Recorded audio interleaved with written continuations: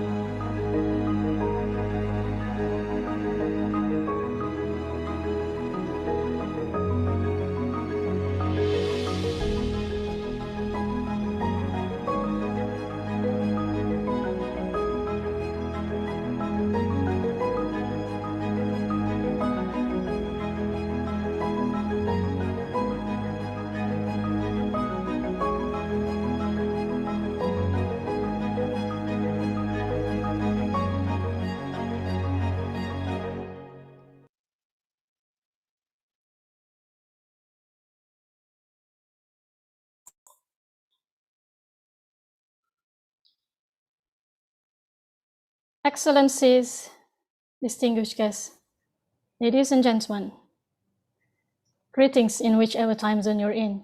My name is Norhaza and I will be your MC for today. On behalf of UNDP Malaysia, Singapore, and Brunei Darussalam, I would like to welcome everyone to a forum, Building Back Better, supporting MSME for a more sustainable and resilient recovery. This event is organized in partnership with the Ministry of Entrepreneur Development and Cooperative Malaysia, MEDEC. It is held in conjunction with the International MSME Days that falls on 27 June every year, and it is also part of the National SME Week that is currently happening from 26th of June until 4th of July. It is our privilege to have all of you today, and we hope you will find this webinar to be engaging and fruitful. Let me walk you briefly through the agenda. In the first part, we have an opening remark by Mr. Niloy Banerjee, the resident representative of UNDP Malaysia, Singapore, and Brunei Darussalam, followed by the officiating address by the Honorable YP Datuk Wira Hajah Mas Ermiati Haji Samsudin, the Deputy Minister of Entrepreneur Development and Cooperative Malaysia. And then the in-conversation session with Yang Berbahagia Datuk Suryani Datuk Ahmad, Secretary General of the Ministry of Entrepreneur Development and Cooperative Malaysia. This session will be moderated by Mr. Niloy Banerjee, the topic on national policy, Build Back Better during COVID-19. Now, in the second part, we will begin the plenary session with presentation from the distinguished experts. We have Datuk Michael Kang, the National President of SME Association of Malaysia. We have Rachel Burgess, lecturer from the University of Southern Queensland, Australia, and Jan Kellett, Special Advisor, Head of Insurance and Risk Finance from UNDP headquarters in Geneva. This session will be chaired by Mr. Asfazam Kasbani, the Assistant Resident Representative. And lastly, the closing remark will be delivered by Ms. Manon Bernier, the Deputy Resident Representative of UNDP Malaysia, Singapore, and Brunei Darussalam.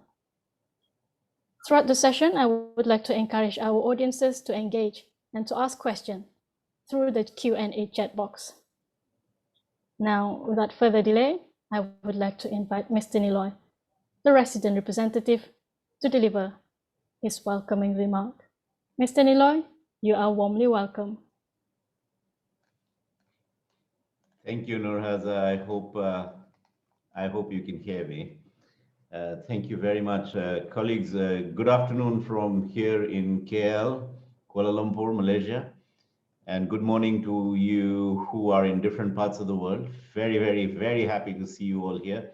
I see there's already 115 people online, and I'm sure more are joining because I'm told that the registration numbers are considerably higher than that. So very, very happy to be here with you on the day of to commemorate a little bit late after the weekend, the International Day for micro, small, and medium enterprises, but also to really get together with a group of people that are very close to our hearts.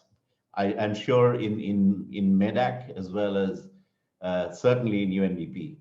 The whole micro, small, and medium enterprises sector. So a warm welcome to you all. I'm going to, I have a long list of salutations because I have to welcome a number of people. And I do that with happiness and joy. Many of them I know well and I've worked closely with. And of course, many others I work at the institutional level, such as MEDAC, the ministry itself. So, Excellency Honorable YB Dato Wirahaja Masemiati, Excellency Yang Berbahagia Dato Suryani binti Dato Ahmad, Deputy Minister and Secretary General, respectively, of the Ministry for Entrepreneur and Cooperatives, Entrepreneur Development and Cooperatives. Very nice to have you with us. Representatives from various federal and state governments, EPU, our partners in arms, DOSM, our other partners in arms, the Department of Statistics, Malaysia, Ministry of Tourism, and of course, regional and state governments, IRDA, the Sarawak, Government of Penang, welcome. My fellow diplomatic community members, Excellency Maria Olandina Sairo Alves, Ambassador of Timor-Leste, and Excellency Abdullah Barrow, Ambassador of Senegal. Welcome. Representatives from the US Embassy, High Commission of the Republic of Maldives, High Commission of the UK, Commission of the Kingdom of Lesotho, and the Namibia High Commission. Fellow multilateral institutions, particularly Islamic Center, Islamic Development Bank, with who we're just going into a partnership, and dear friend Mohammed there, World Bank, Maybank, Citibank, all partners and close associates. Presidents and representatives of various business associations, President of Malaysia Plastic Manufacturers Association, Dato Lim Kok Boon, also a dear friend. Hello, Dato. President of Social Entrepreneur Development Association, and President of Persatuan Pengasua Berdaftar Malaysia, and the many representatives from micro, small, and medium enterprises.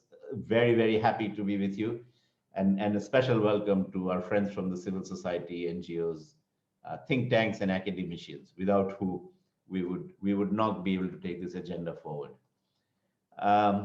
Distinguished panelists, ladies and gentlemen, Selamat Tengah Hari, a very, very good afternoon to all of you. And of course, good morning to those of you in other parts of the world.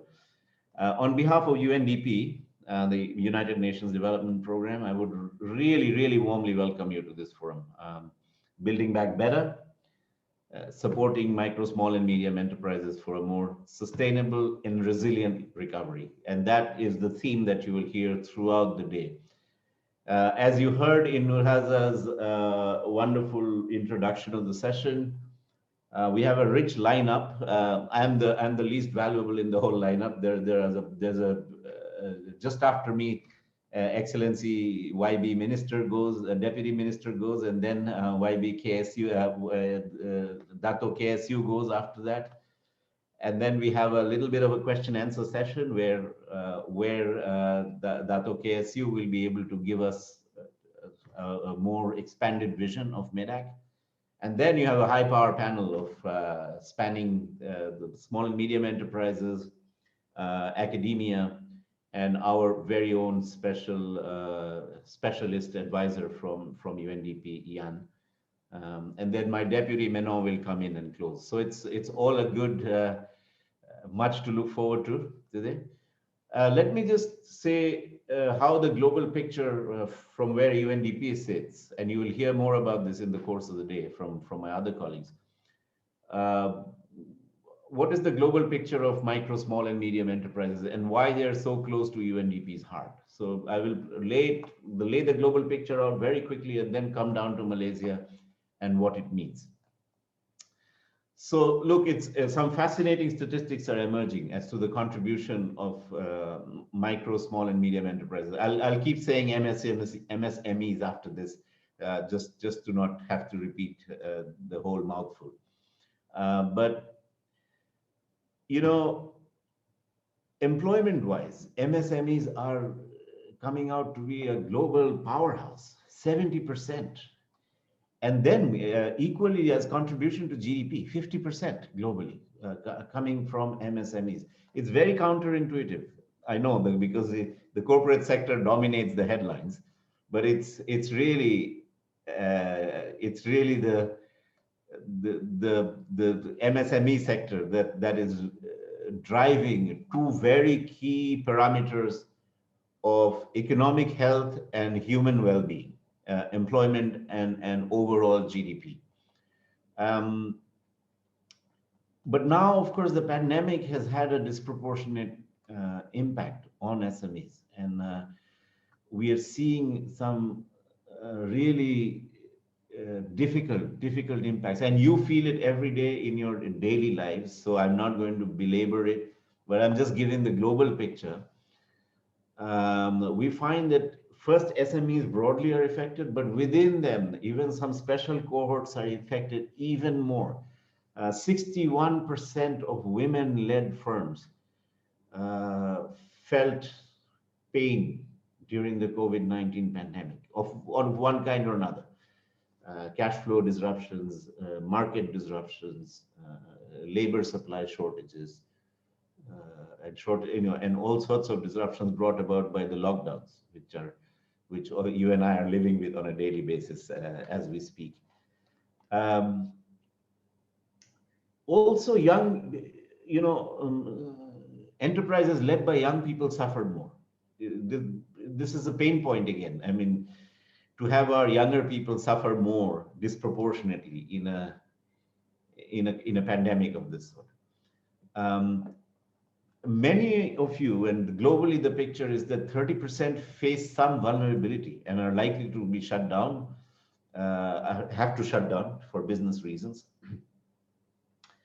especially the informal parts of the micro, small, and medium enterprises. So the loss of income, these disruptions that I just described, have caused, of course, down the chain instabilities. Family incomes have been impacted, employment has been impacted, and of course, sectorally there are disproportionate impact. Of course, hospitality industry at large, accommodation, food, travel, transport, everything that has to do with travel, tourism, hospitality has suffered the most. But also retail and wholesale have suffered the most. And in all of these sectors I just named, it's obviously MSMEs that are disproportionately present. So we stand with you in this hour. We stand with you. We feel your pain, and we really want to work towards this Build Back Better agenda that we're just putting forward, along with the government of Malaysia, MEDAC, and very many others who really stand for this agenda and feel your pain as much as we do. Let me sort of focus a little bit on what are some of the building blocks of this for the sector in Malaysia after all the disruptions we have gone through. And it's while the wave of infections are still continuing, we are also seeing that progressively from the first stimulus package, Pinjana to Prihatin to the one we saw last evening here in KL, Pemuli, the focus on MSMEs is growing. It's not perfect, and the proof of the pudding is in the implementation. But at least what is the focus of the stimulus packages towards MSMEs is growing, and some of the good, very encouraging initiatives that have been announced yesterday in the Pemuli package. There are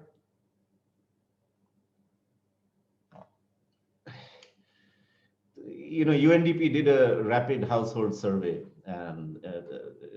last year, and where we found that about 28% of SMEs are affected by the slowdown in consumer demand. I mean, this side of SMEs, no one thinks about that. You are also suppliers, either as B2C suppliers, but you're also B2B suppliers. You serve as ancillary industries for many other corporations. So it was not only supply chains being affected and that your supply to the formal corporate sector was impacted. It was also your supplies to consumers directly that was impacted. And that calls really for us to parse this problem through the various lenses that you have told us as to why you felt a disruption. And I think UNDP identifies 5 main ones. One is, of course, mobility restrictions, which was among the highest ranked causes of disruptions. You also faced voluntary sort of step back in some cases because people were scared to go out and catch an infection, etc. That was a significant percentage. Costs of goods and supplies increased, so that's another disruption. Supply chains were disrupted, so your back-end supplies were hard in the coming. And finally, the decline in customers, but also declines in jobs and orders that were coming in from customers. That actually ranked as the highest pain point in our survey. So then we looked at MEDAC's numbers, friends. And MEDAC has done some interesting research, and a sentiment survey that MEDAC did earlier this year, says that 72% of you expect the pain to continue for a while. So that's a little bit worrisome, and I'm so glad that the Pemuli package yesterday takes some note of it and certainly moves in the direction of addressing some of the pain points that you're facing. UNDP, I'm bringing this down to the SDGs and UNDP quickly. We've responded to the crisis. We've moved on a social protection scheme, and you'll hear a little bit about risk insurance when my colleague Yan speaks later this afternoon. We've also worked on the governance space to make sure that participation is equal and everyone has a little voice in the scheme of things. We've walked into the digital space quite bravely and tried to assist particularly MSMEs with getting onto the digital highway, not just in terms of outreach to customers and buyers, but also in terms of things like receiving payments through online gateways.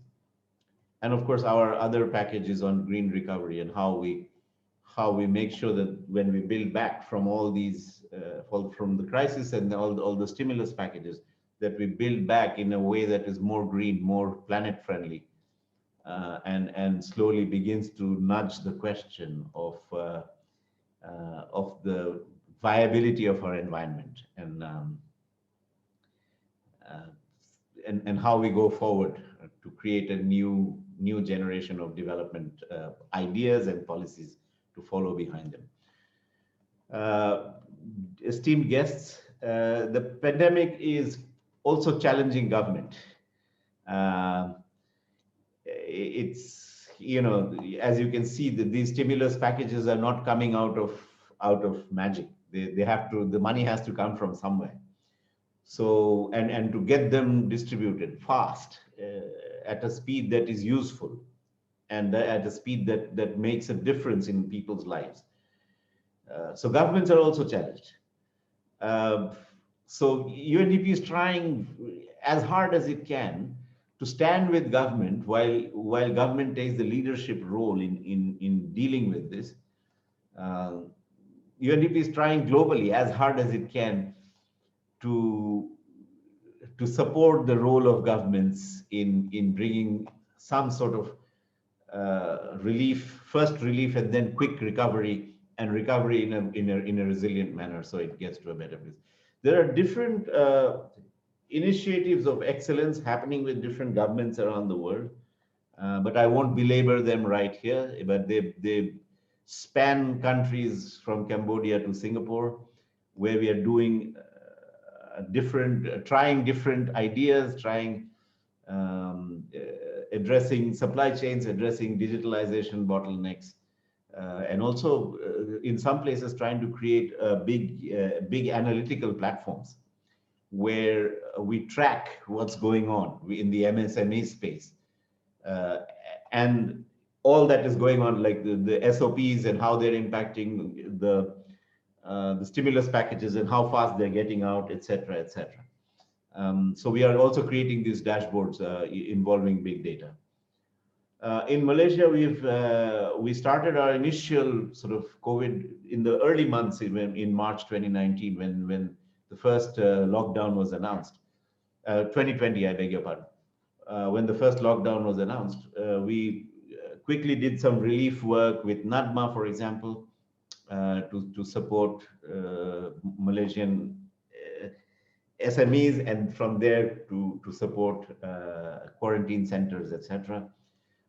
We worked very closely with the Malaysian Plastic Manufacturers Association and MITI on repurposing production lines to be able to produce PPEs. You remember in the early days, PPEs were a big pain point because they were in short supply. And now in the more sort of medium to long-term steady state phase, we are working with, as I said before, with the small and medium enterprises to bring them onto the digital highways, market access, and we're doing a lot of this in Sabah and Sarawak. In Sabah with a whole group of NGOs and partner organizations who work with local producers. In Sarawak, also working with the Sarawak Biodiversity Center to help local producers get on to the digital highway and market their products, but also get fair prices. And we have an interesting program which we actually launched yesterday, that we are working with large corporations and their SME suppliers to build training, to run a regime of training on fair business practices, fair wages, human rights, sustainability issues, environmental compliance, etc. And it just kicked off yesterday with the first major corporation and their SME partners, and we are really hoping to take this forward. So, colleagues, I want to really end with where is UNDP hoping to go in the next 2 years with this, other than the kind of work I just described.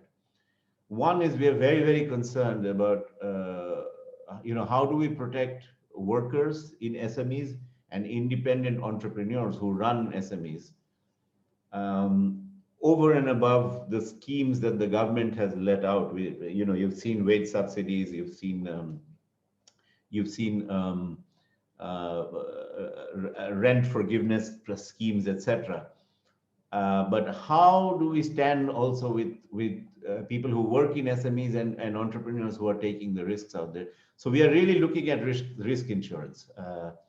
What does risk insurance look like? What are the legislative and regulatory components? How does the market? What kind of market transformation does it need for risk insurance to socialize? And how do banks need to think about it? And then finally, how do we get all of these, the knowledge, the information about these services out to colleagues who work in the informal sector or in micro, small, and medium enterprises?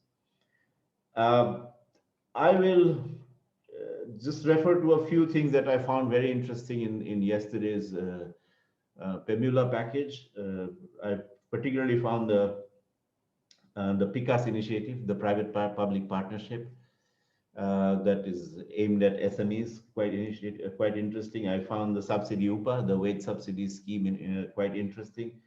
I found the Geran Khas, the special grant for SMEs, also very, very interesting. So there's a lot out there, colleagues. I know that predictability of the SOPs has been a pain point for you. Can you go out? Can you not go out? Can you bring your workers in? Can you not? I know that MEDAC is working closely with MITI and MKN, the National Security Council, to address some of these issues. And many of my friends who are in the SME sector are on a daily basis doing their interventions with government. So, colleagues, I want to leave UNDP's offer on the table. We stand with you, number one. We have good partners like Islamic Development Bank that are coming on board with us. And most of all, ladies and gentlemen, UNDP has a global network of experts and people who have done this before, and a global knowledge repository of where it has worked and what has not worked. All of this is at your disposal. Just call on us. And I'm very, very honored on behalf of UNDP, on behalf of all my colleagues in the office and beyond, who have stepped in and helped make this happen.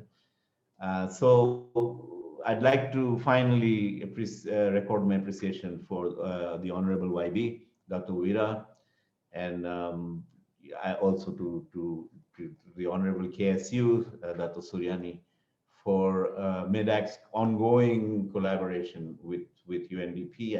I'm hoping it will get bigger and stronger in the future. With that, I thank you very much, and I look forward to a really fruitful discussion. Over to you, Nurhaliza. Thank you, Mr. Nilay, for that remark, and for the overview of the national and global efforts taken by UNDP, also for the mention of the various partnership taking with stakeholders. Now, I would like to invite the Honorable YB Datuk Wira Hajah Mas Ermiati Haji Samsudin, the Deputy Minister of Entrepreneur Development and Cooperative Malaysia, to deliver her officiating address. Please welcome.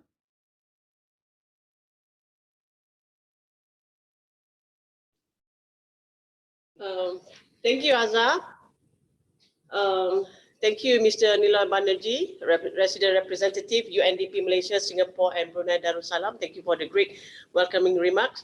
Yang bahagia Datuk Suryani Ahmad, Secretary General, Ministry of Entrepreneur Development, also Cooperative Malaysia. Ms. Manon Bernier, Deputy Resident Representative, UNDP Malaysia, Singapore, and Brunei Darussalam. Distinguished speakers, guests, and participants, members of media, ladies and gentlemen. Assalamualaikum and a very good afternoon to all of you. June 27 marks the annual Micro, Small and Medium-Sized Enterprises MSMEs Day, an important occasion to recognize the contribution of MSMEs in achieving sustainable development and strengthening the global economy by raising the public awareness. And thus, let me first thank UNDP for organizing this event in conjunction with the MSMEs Day and also Malaysia's very own SME Week. MSMEs are the backbone of the global economy, representing about 95% of all companies worldwide.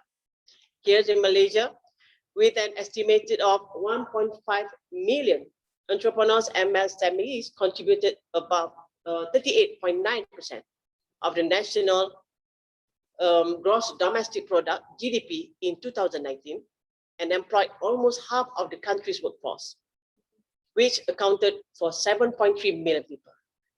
The government of Malaysia is optimistic that with continuous support, MSMEs can contribute up to 50% to the national GDP. It has been over a year since COVID-19 hit our shore and severely disrupted our economy.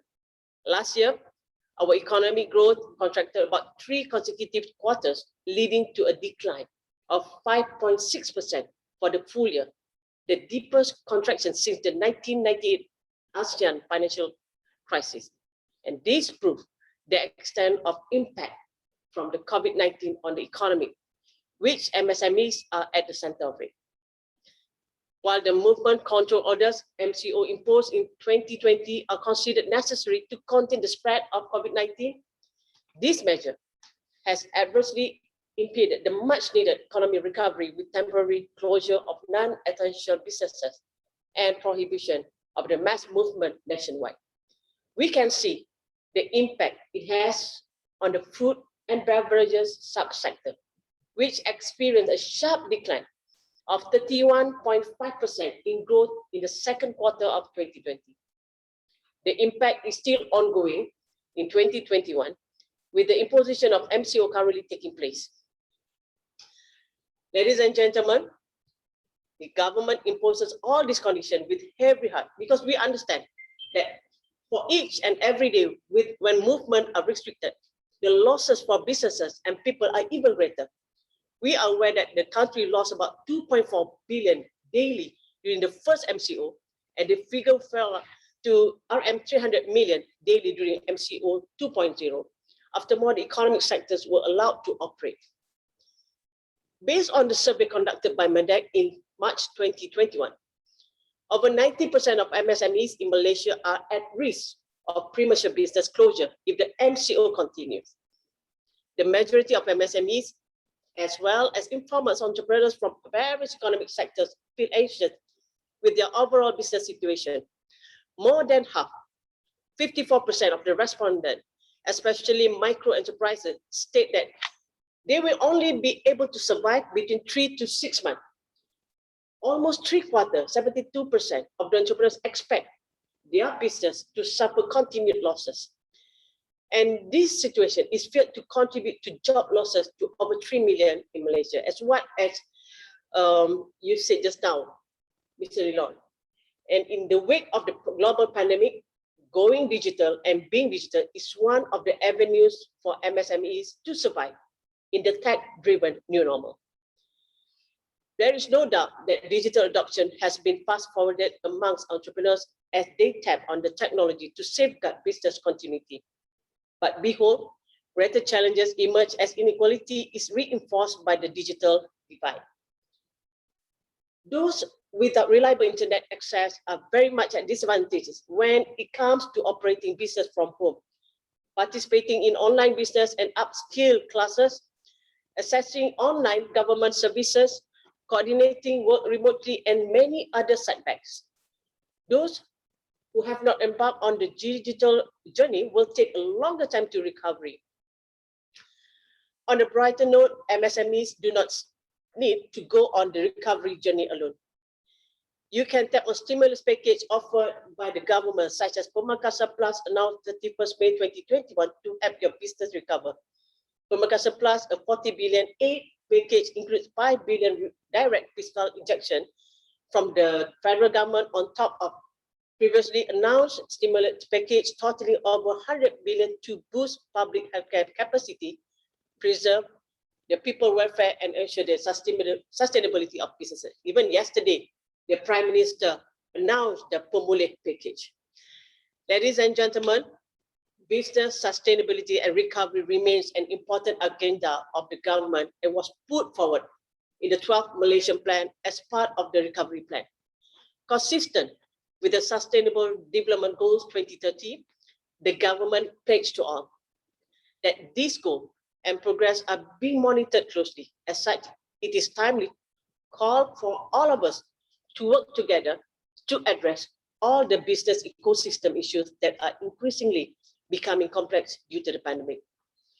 And today's session, in collaboration with UNDP to build better, complements the ongoing effort to safeguard the welfare of the people through supporting business continuity during pandemic, together with the development players, including all ministry and agency, civil society organization, academic institution, think tanks, and the private sector. MSMEs has the potential to intensify profits and drive the economy with steady and continuous support.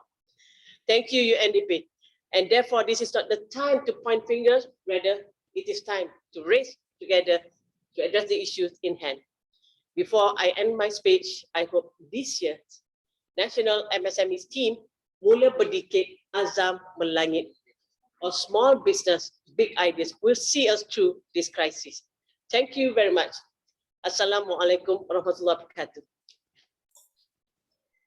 Thank you, YB Datuk Wira, for your speech. I would like to ask YB Datuk Wira to stay for a little bit, just for a virtual photo session with Mr. Niloy Banerjee. We're going to do 2 rounds, just in case. Okay, so if everyone is ready, look at the camera. On my cue, 3, 2, 1. Okay, and one more, 3, 2, 1. Okay, thank you, everyone. Unfortunately, YB Datuk Wira has to excuse herself due to other commitment, but we highly appreciate her time to be with us this afternoon. Moving on, I would like to pass the session to Mr. Niloy Banerjee, again, the resident representative, to moderate the in-conversation session with our next speaker, Yang Berbahagia Datuk Suryani, Secretary General from the Ministry of Entrepreneur Development and Cooperative. Mr. Niloy, the floor is yours.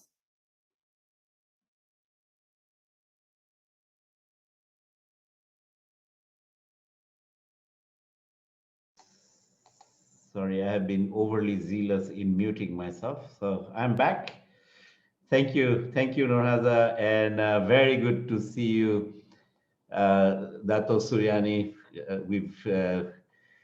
After a while, we're seeing a lot of people after a while because of this, because of the pandemic. But we are still seeing you virtually. But good to see you, Dato, and good to see you in this new role. We last met when you were in a different role in the government. Colleagues, this will be a session with about 10 minutes from Dato Suryani, where you'll hear the big picture of MEDAC's vision. And then you will be, you will have an opportunity to have an interactive discussion with her. I will kick off with a few questions, but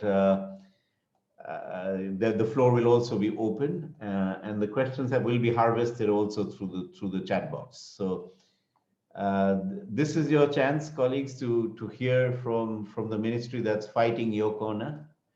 And Dato Suryani, over to you. This is your space and time to say what all you've been doing.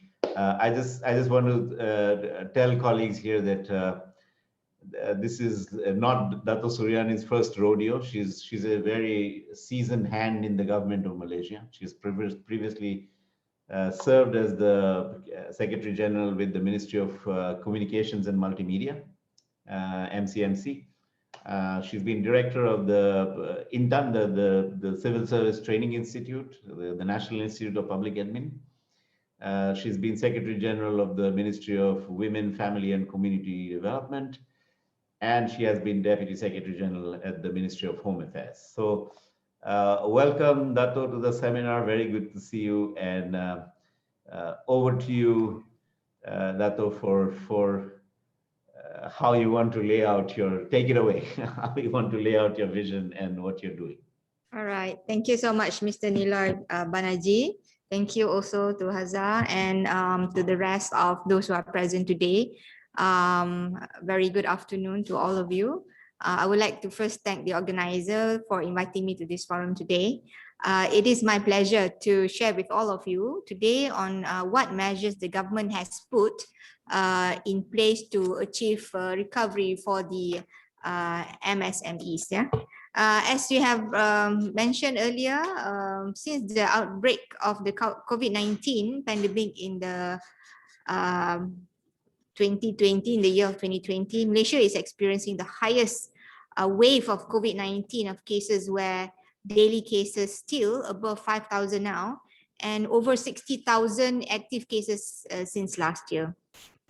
We are still suffering globally with more than 220,000 cases daily, 179 million confirmed cases of COVID-19, and 3.9 million deaths had been reported. The way the government or the way the COVID-19 has impacted Malaysia's socio economy are similar to what some other countries are actually facing. The direct sectoral impact was particularly on aviation, tourism, and hospitality industries. There is a decline in international trade due to disruptions within the supply chain. Almost all sectors in Malaysian stock markets are affected due to lack of confidence among investors and consumers. Consumer spending also declined due to the enforcement of MCO by the government. Issue of cash flow in businesses from the implementation of MCO, which leads to layoffs and business closure, and decrease in local demand and expenditure due to unemployment. To rejuvenate the economy, the government of Malaysia has convened a sixth strategy, in particular: resolve, resilience, restart, recovery, revitalize, and reform. Resolve involves tending to and containing COVID-19 by executing the MCO, while resilience centers around securing lives and vocations through the Prihatin economic stimulus bundles to climate the effect of COVID-19 with a complete designation to a tune of 750 billion ringgit Malaysia. The government has placed a special emphasis on the needs of the SMEs into various facets of the stimulus packages, namely the 380 billion ringgit Malaysia worth of packages comprising 250 billion ringgit Prihatin Rakyat Economic Package, the 10 billion ringgit Malaysia additional Prihatin package for SMEs, 35 billion ringgit Malaysia National Economic Recovery Plan or the Penjana, 10 billion ringgit Malaysia Kita Prihatin package, and 15 billion ringgit Malaysia Perlindungan Ekonomi dan Rakyat Malaysia or PERMAI, and 20 billion ringgit Malaysia and 40 billion ringgit Malaysia under Pemerkasa and Pemerkasa Plus Assistance Package. So the economic initiatives introduced under these stimulus packages have been instrumental in addressing critical pandemic-related issues faced by businesses, especially SMEs, in the area of financing, cost of doing business, cash flow, job retention, human capital development, infrastructure development, and adoption of technology and digitalization. With the economic stimulus package what the economic stimulus package aims to achieve are to encourage people-based economic growth and promoting quality investment, to protect the welfare of the people, to support businesses, including micro and SMEs, to ensure 2/3 of the workforce remain employed, and to recover and strengthen the economy. Moving on to restart and recovery stages, the government of Malaysia plans to reopen all economic sectors in an orderly and controlled manner in the near future. For revitalizing and reforming stages, Malaysia perceives and necessities on the needs to significantly transform our present economic model. In this regard, entrepreneurs, including SMEs, cannot hold fast to the same old ways of doing things. all norms need to be fundamentally changed or improved, whereby new normal and new thinking need to be embraced and adopted. Now, to ensure the recovery and sustainability of businesses amidst COVID-19, our ministry, the Ministry of Entrepreneur Development and Cooperatives, or MIDEC, has introduced the recovery plan for entrepreneurs and cooperatives in May 2020. So the recovery plan consisted of 29 programs and has benefited more than 15,000 entrepreneurs in 2020, and will continue to serve and facilitate more entrepreneurs in 2020 based on the following strategies. The first one is to increase people's confidence. The second is to empower entrepreneurs' capabilities and capacities. The third is to increase access and funding assistance. And the last one is to increase the use of technology. There is also the open access for market extension and the delivery of effective services. As of December 2020, agencies under MIDEC such as the SME Bank, Bank Rakyat, Tekun is an entrepreneur development institution that provides a small financing, small capital financing. And then we also have PERNAS, formerly known as PNS, and the Malaysian Cooperative Malaysian Cooperatives Commission.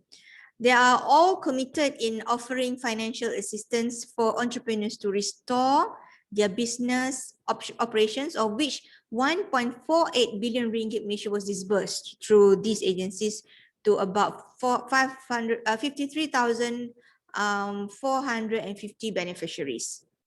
MIDEC has successfully improved the standard operating procedure in its service delivery. For example, we have reduced the duration of funding approval processes and supporting documents requirements such as COVID Business Recovery Micro or CBRM under Tekun financing program from 25 days to only 7 days, and from 17 supporting documents to only 4 documents. Bank Rakyat Cares financing program from 10 days to 3 days for existing customers and 5 days for new customers.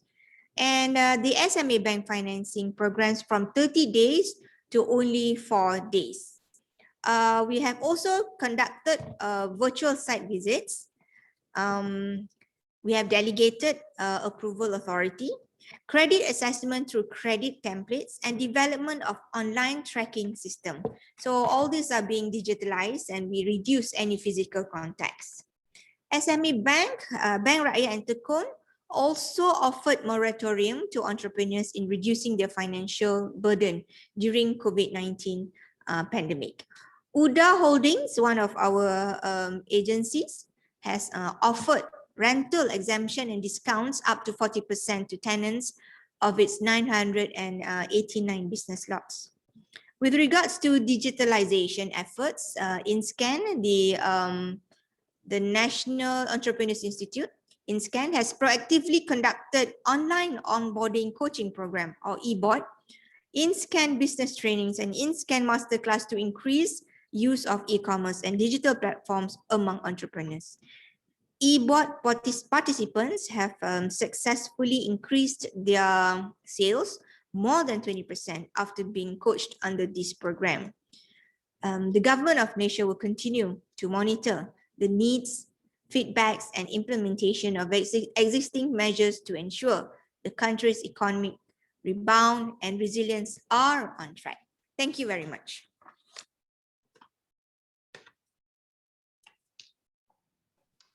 Thank you, Dato, for that excellent overview of where you are and what you are doing. Dato, let me kick off the discussion with just abusing my position as your session moderator. What guidance would you have for your SMEs, cooperatives, young entrepreneurs, all that you named as your target beneficiaries?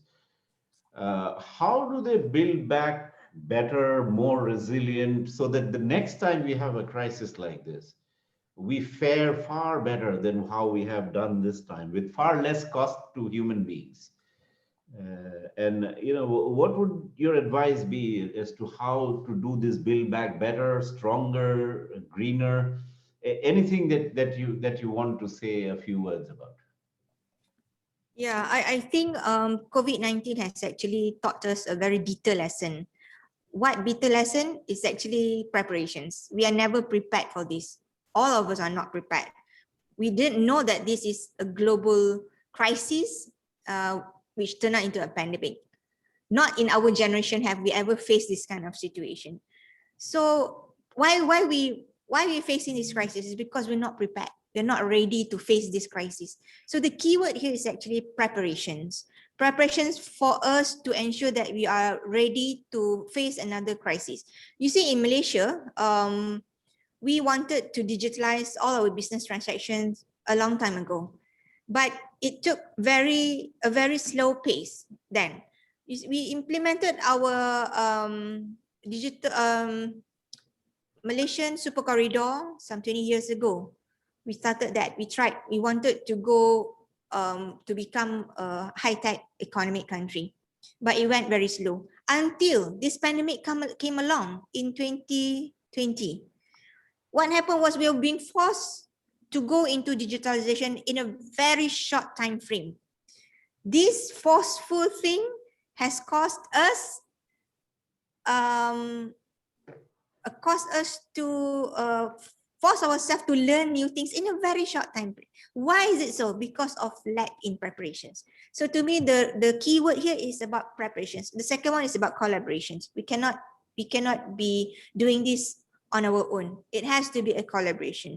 So when the pandemic comes about, we wanted to help and solve this issue, this crisis, by communicating with other countries, by collaborating with other countries. So inside our own country, we have to collaborate among our agencies as well. We work with other ministries because we want to make sure that when we face this crisis again in the future, we are already collaborated. We are already connected to other ministries who has their own stakeholders. For example, perhaps we can also engage with the Ministry of Women Development and Community, where we can help women.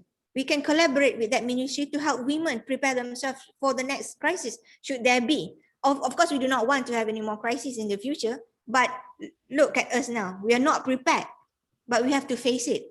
So the bitter lesson must make sure that we are prepared in the future. So to me, preparations and collaborations, the critical things that we need to be prepared ourselves. Preparations are covering a lot of things. Preparations, our mindset, preparations, the technology, preparing the economic stability of our country. How do we prepare ourselves for the future?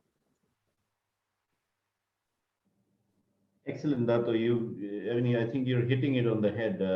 Both preparation and collaboration is, and then you illustrate preparation with, for example, being digitally prepared, and collaboration also as inclusion and working with multiple partners. So I think it's I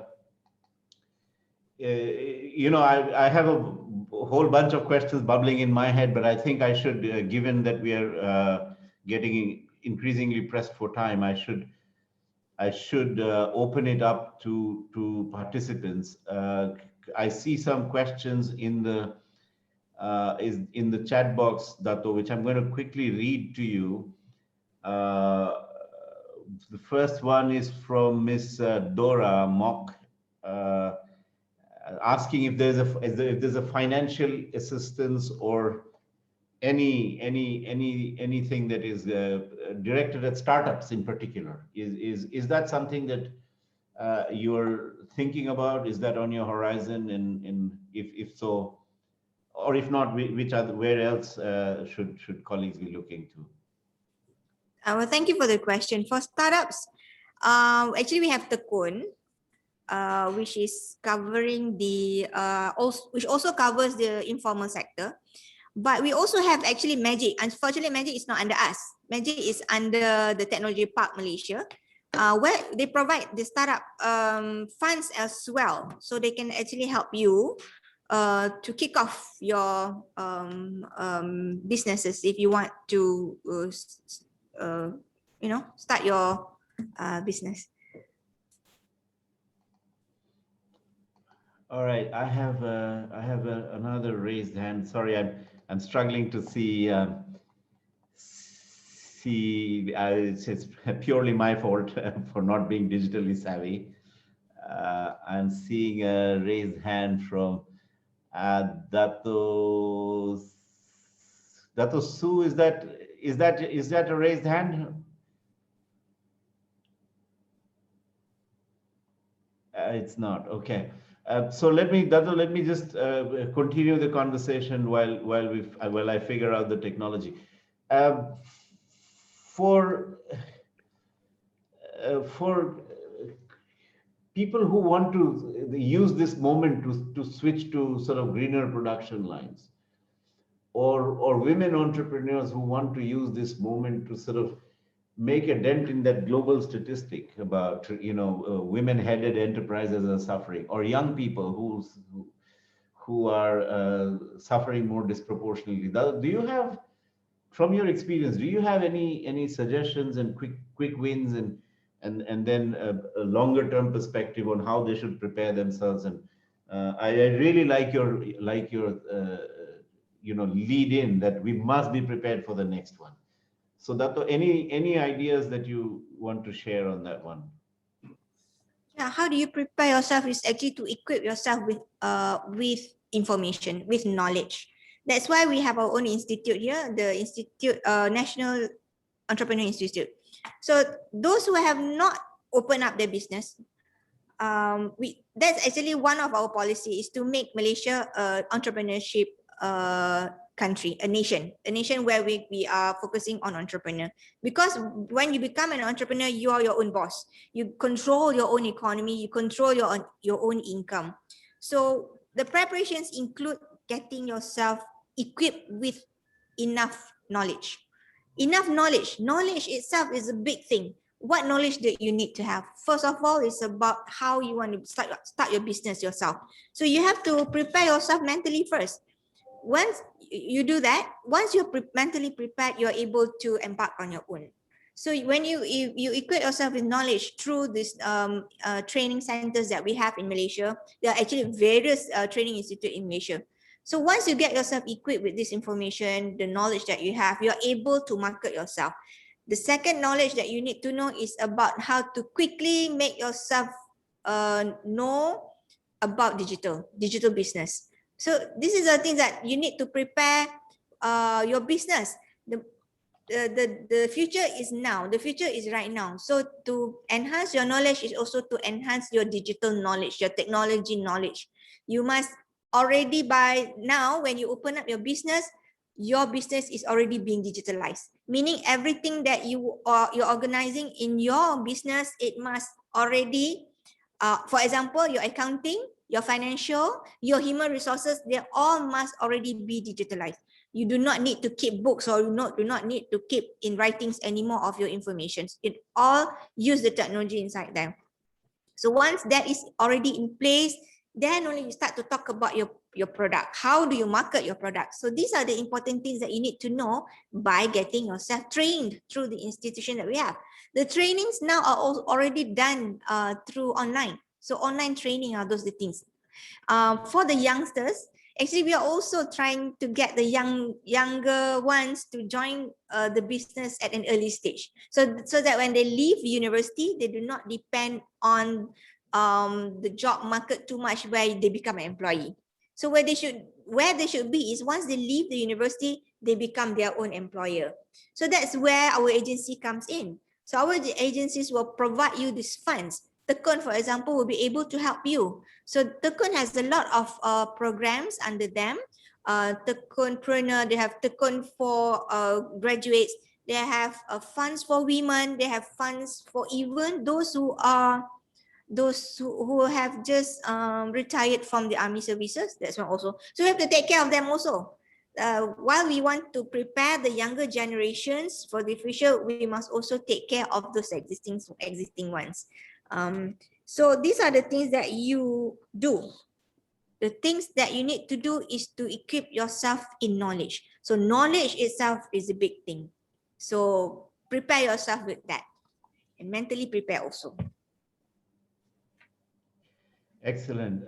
Thank you, Dato. Dato, there's an interesting question in the Q&A space that somehow the design of the initiatives and the design of policies,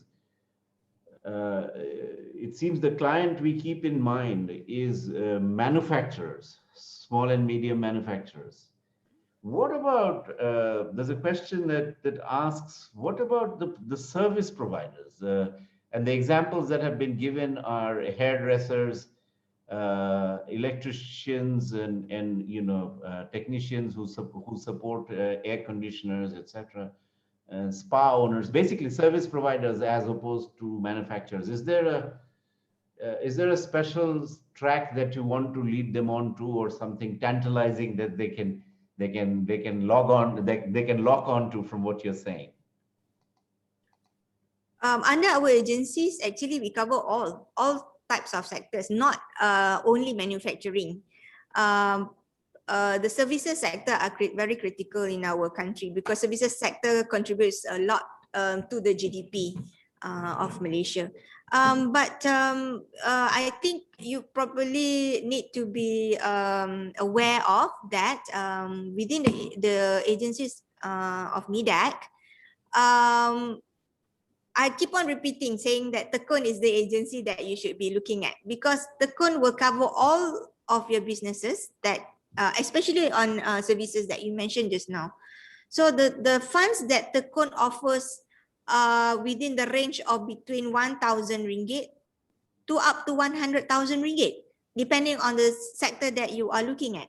So be it hairdressing, technicians or spa, we have the funds to help you.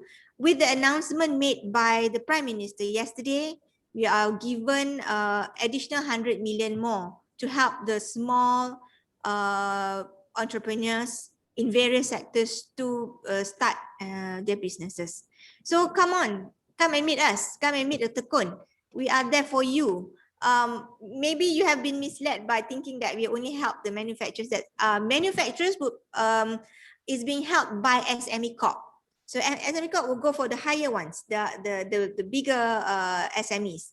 So, but I have also another agency which we call Pernas. Pernas caters for the franchise businesses. So if you want to become a franchisee, come to us and we will help you. We will guide you to become a franchisee. Or if you want to be a franchisor, you become the anchor and we build up the franchisee for you. We'll help you to do so as well. So this would be under Pernas. Yeah, those are the agencies that can actually help you. So even if you want to operate a spa and you plan in the future, perhaps you want to become a franchisor, you can do so. Even as a hairdresser, you can also franchise your business, you know? That's fantastic. Thank you, Dato. I think what a wonderful platform for colleagues to hear straight from you what all they can access under the circumstances. You know, sometimes the information deficit, or you know, the lack of time to just look for information has often been a constraint for demand and supply to match. There's also a growing evidence that the speed of the Penjana Prihatin rollout is getting faster. In the initial months, it was slow. The uptake was not quite there, but now the speed is getting faster. Do you have any suggestions for the audience on how, you know, like the initiatives that were announced yesterday? I thought they were very, very impressive. So many aimed at the micro, small, and medium enterprises. How do they like access almost in real time? Oh, announcement done. When can I phone Dato Suryani and get my process started? Well, we want to do it as soon as possible, almost immediately. So don't wait for us to go to you. Why don't you come to us? Then we will help you. We will help you. So you will have to help yourself for you to go forward. So come to us quickly. You see, these funds will be provided for by the Ministry of Finance. But at the moment, we still have our own funds that we can actually channel out as soon as possible. As soon as you come and see us, we are able to do so. In fact, most of the agencies that are receiving these funds from the government are already embarking on their activities already. The money that the Ministry of Finance are wiring to us, the government is wiring to us, are actually an additional to our existing activities. So don't worry so much about the timing. It's the faster you come to us, the faster we will channel the money to you. And actually, when you come to us, we will also give you the training. It's a package actually. If we provide you the fund, we also provide you with the training, very simple, basic training of how you manage your account, how you manage your financial situation, and also on human resources. So this very short program is a package for you to help you sustain in the business, so that when we provide you the fund, you are able to continue your business in a long period, so that it is worth for us to provide you with the fund. Doctor, So the money is there, don't worry. The money is there. You come to see us quickly. We'll help you as soon as possible. Yeah, Dato, do you want to alert your colleagues in the ministry to just put up some sort of a plug of a hotline, or how they can come to you fast when they need to? Actually, it's on our website. Okay. Just go to our website. Okay, it'll be great if colleagues can flash the website on the screen. So we're kind of having to wind down. Sorry, I'll take 5 more minutes of your time. So I'm going to just try and group the questions. One is, of course, special support for women entrepreneurs, women-led enterprises. Second question from Mohammed Adi Rahman is, what sort of government strategies to expand our collaboration with Malaysian SMEs, with other parties that are already in place? I'm guessing he's coming back to your question about collaboration. So if you can maybe say a few words. And then from Alex Ong, how are you engaging on the migrant workers policy? We UN types are all, a few of us are migrant workers living in Malaysia. But you know what the question is driving towards, that what is the conversation that you're having with other parts of the government architecture on the migrant workers policy? Okay, for women, our agencies have their own programs on women entrepreneurship. SME Corp, for example, have a women program. What is it called? You should prepare for me. SME Corp. And then Tekun also have Tekunita. Tekun, SME Corp. SME Bank has also a program for women entrepreneurs. Bank Rakyat also offers loan, dedicated one for women. I think these are the 4 agencies that have programs on women entrepreneurship. We have what we call Successful Women Entrepreneur Engagement Talents, or SWEET program, Women Cooperatives Women programs, Mama Care franchise programs, 2 years exit program, or 2 YEP program. These are for women only. So you see, we prepare for a specialized segment of the public. And the second question is on collaboration. So Ministry of MIDEC is collaborating with 7 ministries. Programs like I 4.0 Accelerator, or ACE, is a collaboration with the Malaysia Technology Development Corporation, or MTDC, to enhance an SMEs technology adoption and digitalization. We also have the adoption of digitalization and recovery initiatives for social enterprise, or RISE, which offer customized Industry 4.0 and digital solutions through provision of technical and hand-holding support. So this is with MTDC. Then we also have, through our agencies, SME Corp and Tekun, who collaborate with MDEC, the Malaysian Digital Economy Corporation, to promote e-commerce and digitalization adoption in MSMEs business operation under e-Usahawan, PEDAS and 100 Go Digital program. So this one is with the other agencies. And then we also have a collaboration with Ministry of Agriculture and Food Industries to introduce modern agro-food practices to develop and drive the agro-food sectors among the entrepreneurs and cooperatives. While for the rural areas, MIDEC worked with the Ministry of Rural Development to empower the rural entrepreneurs and cooperatives, KPLB, Kementerian Pembangunan Luar Bandar. For the youth, we have quite a number of programs to promote youth entrepreneurship. We have Siswapreneur, Bumi Putra Youth Entrepreneur Program or TUBE, Mobilepreneur, SE Community of Young Leaders or SE Cool, UDA for Youth, franchise program Unity, and many other programs as well. Other programs such as empowerment and expansion of the protege program through My Future Jobs and assist portal provided under the Social Security Organization or SOCSO. And strengthening and enhancing the capacity and skills of entrepreneurs through strategic development initiatives through InScan and HRD Corp. So we also collaborate with other ministries and other agencies. So we don't work in silos. We consider ourselves as a promoter of inclusivity. So we include various layers of community, from the younger ones, the women, and even the agriculture people, the food industries, those people, we get them involved in this entrepreneurship drive that we are going through. As for the last questions on migrants, I think that one best be put forward to Ministry of Home Affairs. They'll probably be able to answer for you. The policy is under them. Yeah, fully understood, Dato. Yeah, I know your ministry's job is to be as supportive as you can to MSMEs, but there are certain policies that lie outside your remit.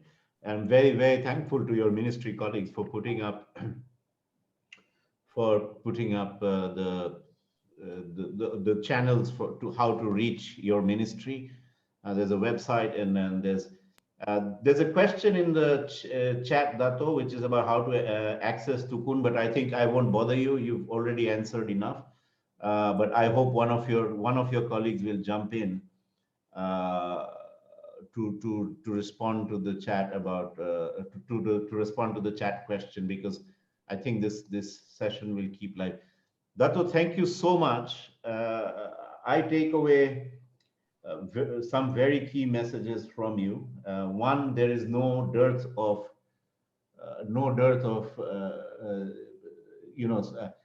support for micro, small, and medium enterprises.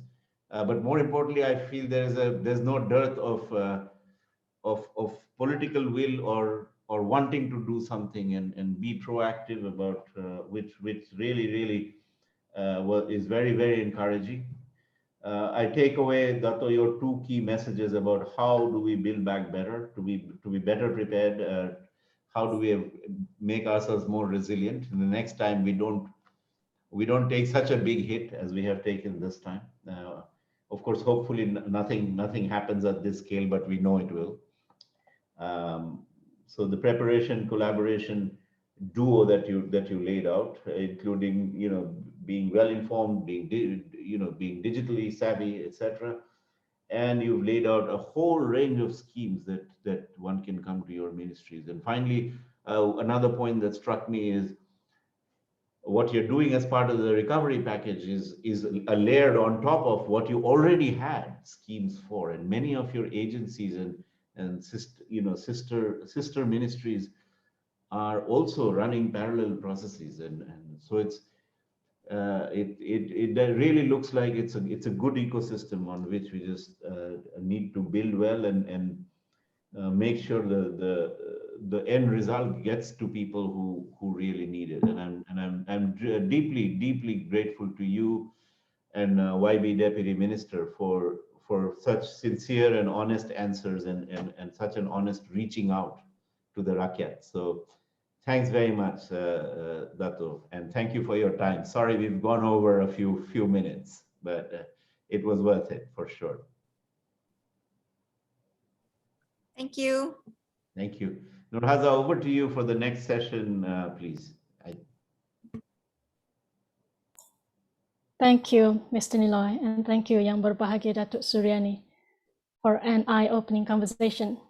We hope that it has provided better insight on various initiatives that were adopted by the national policy with regard to the current COVID-19 situation in Malaysia. Now, before we move on to the next session, let's have a 5-minute break, and we shall reconvene at 3:24 p.m. Malaysian time.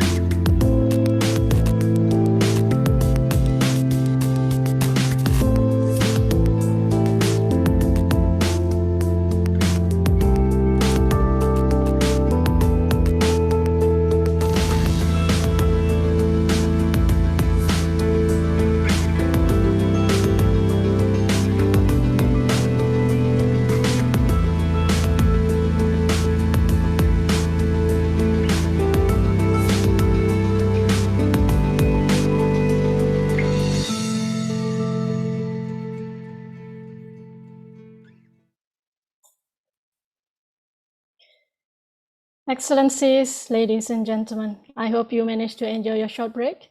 We will now begin the second part of the agenda, which is the plenary session. I believe that our previous speakers has laid the foundation well, and we are ready to engage into a much deeper discussion on how we can support MSME towards a sustainable and resilient recovery. For this, I would like to pass this virtual stage to the chairperson, Mr. Asfazam Kasbani, the Assistant Resident Representative, to begin the plenary session. Mr. Asfa, please welcome. Good afternoon. Thank you so much, Haza. I'd like to warmly welcome Yang Berhormat Deputy Minister Haja Mas Ermiyati, Secretary General Datuk Suryani, Niloy Banaji, Resident Representative UNDP Malaysia, Singapore and Brunei, and Manon Bania, Deputy Resident Representative. Now we are going to the panel session. Let me first introduce the panelists for the session. First, Datuk Michael Kang. Datuk Michael Kang is currently the National President of the SME Association of Malaysia since 2015. He is also the Director of SMB Solutions Management Sdn Bhd and SMB Connections Sdn Bhd, and a couple of companies involved in the ICT businesses and consultancy services since 1992. With an approximate 20 years of experience in SME community and a keen promoter of Malaysia's SME sector, Datuk Michael Kang has worked tirelessly to develop the SME landscape and encourage business owners to transform their business to keep up with global markets.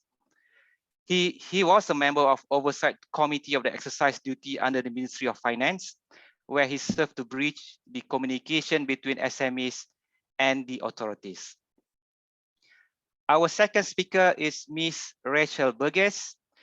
Rachel Burgess is a lawyer, law lecturer, researcher, consultant with extensive experience in the public and private sectors in Australia, UK, and the Asia Pacific. Since 2010, Rachel's work has primarily focused on companies and SMEs in the Asian region, where she has completed capacity building and technical assistance program on behalf of the Australian Competition and Consumer Commission, the Department of Foreign Affairs and Trade, the Asian Development Bank, German Development Agency or GIZ, the Organization for Economic Development OECD, UNCTAD, UN ASCAP, the Philippines Competition Commission, as well as Malaysia's Competition Commission and the Asian Secretariat. Exciting recent projects from Rachel includes research on the role of competition law and policy in SME, a bit of COVID-19 recovery for UNCTAD and UNESCAP, and developing the updated regional guidelines on competition law and policy for ASEAN. I've been made to understand that she has lived in Malaysia for 5 years. So Rachel, welcome. I would like to introduce our third speaker, which is Ian Callan. For the last 7 years, Ian has been working with UNDP as Special Advisor for Insurance and Risk Finance and External Engagement on Climate, Disaster and Energy, and Disaster and Climate Partnership Advisor. Prior to working with UNDP in the recent years, he was a Senior Research Advisor, Independent Advisor, and writer and editor for several private firms. He has also experience working in the Resident Coordinator's Office of the United Nations, UNDP Iraq and Kosovo, around local government development and public information. He holds Masters of Arts Civilization from University of London. Yeah, I would like to welcome Ian to this session as well. Let me first also explain the flow of this session. After the presentation by the panelists, I will then proceed with asking some of the questions to the panelists, followed by the Q&A session from the floor. The audiences can post questions through Q&A box, and I would like to encourage participants to ask this from time to time. Before we go further, let's have a poll question. Can I invite the secretary to show the poll questions to the participants?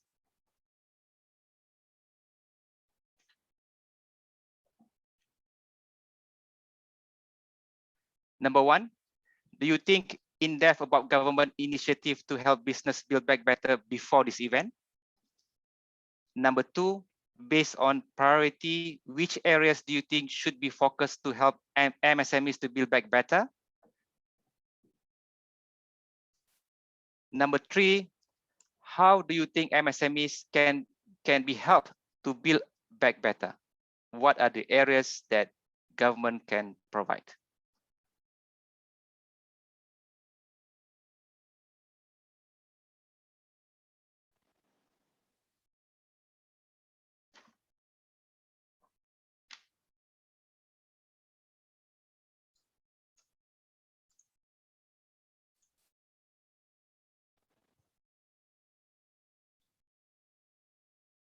Right. Thank you so much. Can we get the results now and then probably quickly discuss about it? So, number one, do you think this? Do you know in depth about government initiative to help business build back better before this event? So before this, it was none. So this event has helped in terms of sharing government initiatives to the public as well as to the beneficiaries. Number two, based on priority, which areas do you think should be focused to help MSMEs build back better? And is clear, sustainable, and targeted financing is the top choice. And number two is on digitalization, upskilling, and also literacy. And the third question will be on how do you think MSMEs can be helped to build back better? And the top answer is to increase digital and financial literacy, followed by the better internet connectivity and infrastructure, and better market access. All right. That will give a big background to our next session, which will be presented by our three panelists, as I mentioned just now. Right. So without further ado, I'd like therefore to invite Dato' Michael Kang to start his presentation. Dato', the floor is, I'd like to give the floor to you. Okay, thank you very much for today, moderators. I think everyone know MSME, especially micro and the informal sectors, SME, during this pandemic, they are facing a huge challenge after the lockdown since last year, March. Until today, I think they are really suffering. One thing is, I'm still happy, glad that the governments have come up a different similar package since last year after the pandemic, which is helping the SME like Free Hearting 1, Free Hearting Plus, and all those. These include the Pencana and Prima Casa. All those, I think we will really definitely help a lot of SME and micro SME to pass through this pandemic. Yeah, great that most SMEs are able to survive through this pandemic. And on this pandemic, I think government, whatever government have on this assistance financial package, similar package, there's a lot of, from the day one, the first package until today, all the packages is government seek the budget assistance on the SME, especially on micro and informal sector on digitization. I think this is very important. SME have to make their change. They have to change their mindset. They have to change the way of their thinking, the preparation, how to face the new challenge. I think pandemic, COVID-19 really badly hit the MSME when this coming because of the previous, all the SME before pandemic, they are all very traditional. They are doing their work on the traditional way, but they did not really focus on the transformation. The mindset did not change, did not embark into a big transformation. This is why you can see during the pandemic, MSME are the one who's suffering the most, and they are the one who really face a huge challenge. I think you can just deputy our deputy ministers YB has also mentioned that when we did the MDEC did a survey that 90% of MSME and micro and these informal sector will close down. They're facing a huge challenge after this extension of the lockdown. FMCO, I think you can see all the government have announced, especially PM has announced another round of package for the industry, for the MSME. Yes, they allocate 100 million to MDEC to help the MSME. I think this will be, I don't think it will be able to really help the MSME now, because most of the SME are bleeding for the past 2 months after the one full lockdown plus another 2 months of the lockdown, and another way we are looking at. I think this is no future when they are allowed to operate their business. I think that is another challenge for the MSME. And what MSME can do now, they have to do the change. They have to prepare for themselves. I think we are looking towards on the recovery, and MSME have to adopt digitals, since the government have allocated huge budget on the grant, on the digitization grant and the platform. As what our KSU did mention, that all MDEC agencies are geared up towards to help all the MSME, like the Dukun, and also include the SME Bank, Bank Rakyat. All those have been ready to help for the MSME. With the MSME now should be able to gear up to adopt technology and digitization to assist themselves. We should not wait for the government to come and help us, but we should take our own initiative to face all the challenges and to equip ourselves with the technology, and at the same time we wait for the economy to open up. We hope economy can be opened up within next 1 month, so that MSME able to face all the challenges, to adopt in the new challenges, new way of doing business. This is what I'm hope to. We as an association, we also help government to roll out to help the MSME to move forward, to adopt in the technology. Not only that, using the technology, using on digitization to move not only for Malaysian market. I think we should able to look into the regional market like ASEAN and include the ASEP we have signed last year, and this year, I think next year going to roll it out, the ASEP and also CPTPP. This is also good for the SME to expand their business. If you need to expand their business, you have to do the mindset change. You have to adopt the technology. You have to equip with all the necessary. Your product, your company must be more competitive, and the challenge to move forward. I think government have come up a series of vaccination programs.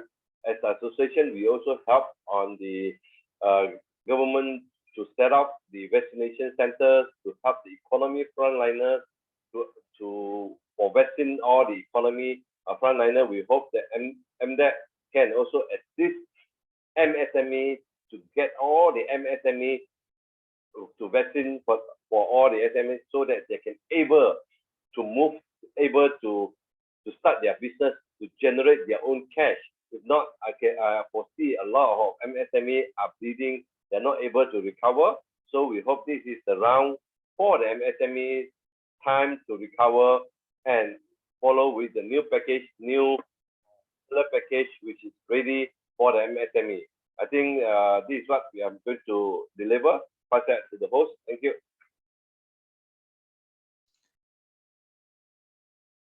Thank you so much, Dato' Michael. All right, I would like to go to the next speaker, Rachel Burgess. Rachel will try to unpack to us what's happening in ASEAN and the global situation on MSMEs during the COVID-19 period, and what are similar and also common trends that we can see. She will also share with us some of the build back policy options for resilient recovery, especially from the legal and regulatory perspectives, and if any specific to Malaysia in short or medium term, that would be also shared. And last but not least, on if any specific support that we can look into to address women entrepreneurs and increase gender equality in MSMEs industries. Rachel, the floor is yours. Many thanks, Asfar, and a very big thank you to UNDP for the invitation to speak tonight. It's a great pleasure to be here. Competition law and policy is my area of expertise, but part of my research has focused for about a decade now on the application of competition law and policy to MSMEs. So this is a topic close to my heart as well. What I want to talk to you about today is some research that I undertook for UNESCO and highlight some of the key findings there in relation to the ASEAN region. And as much as I can, I will make that relevant to Malaysia specifically for you. Before I do that, though, I thought it might be helpful for the audience to give you a brief overview of why competition law and policy is even relevant in this conversation we're having about COVID-19 recovery. And I think actually your own law gives a really good insight into why it's relevant. Your Malaysian Competition Act sets out an early objective in the law, and it says that it's there to promote economic development. It's there to protect competition, ultimately to help consumers. And I think those three concepts are very much the core of competition law and policy, particularly in the ASEAN region, where economic development is still such a core part of your goals. Competition law and policy tends to, around the world, focus in three areas. And I'll mention these so that we can use them as reference points throughout the discussion. The first area that competition policy deals with is anti-competitive mergers. So where you have companies that want to join together in a merger, competition policy says, well, sometimes you have to look at those mergers and see whether or not they should be allowed to proceed. It's because sometimes in allowing them to proceed, what you create is an entity that it becomes anti-competitive, and there isn't anybody left in the industry to compete. They've all consumed into one body, which is obviously a bad thing for consumers. Unfortunately, at the moment, Malaysia doesn't have the ability in its legislation to regulate anti-competitive mergers, but I know that's one that is on the policy table at the moment in Malaysia. The second area that competition law and policy addresses is what's called abuse of a dominant position, where you have a large entity that is using its power to disrupt the market. And I'm sure the MSME audience that we have today can think of hundreds of examples where large companies have impacted on the market that you're operating in a way that's you consider to be unfair or anti-competitive. The third area of law, of policy that competition law addresses is anti-competitive agreements. So where businesses get together and they agree something that disrupts the marketplace. It skews the marketplace. It might be a price fixing agreement where they agree the price of the goods.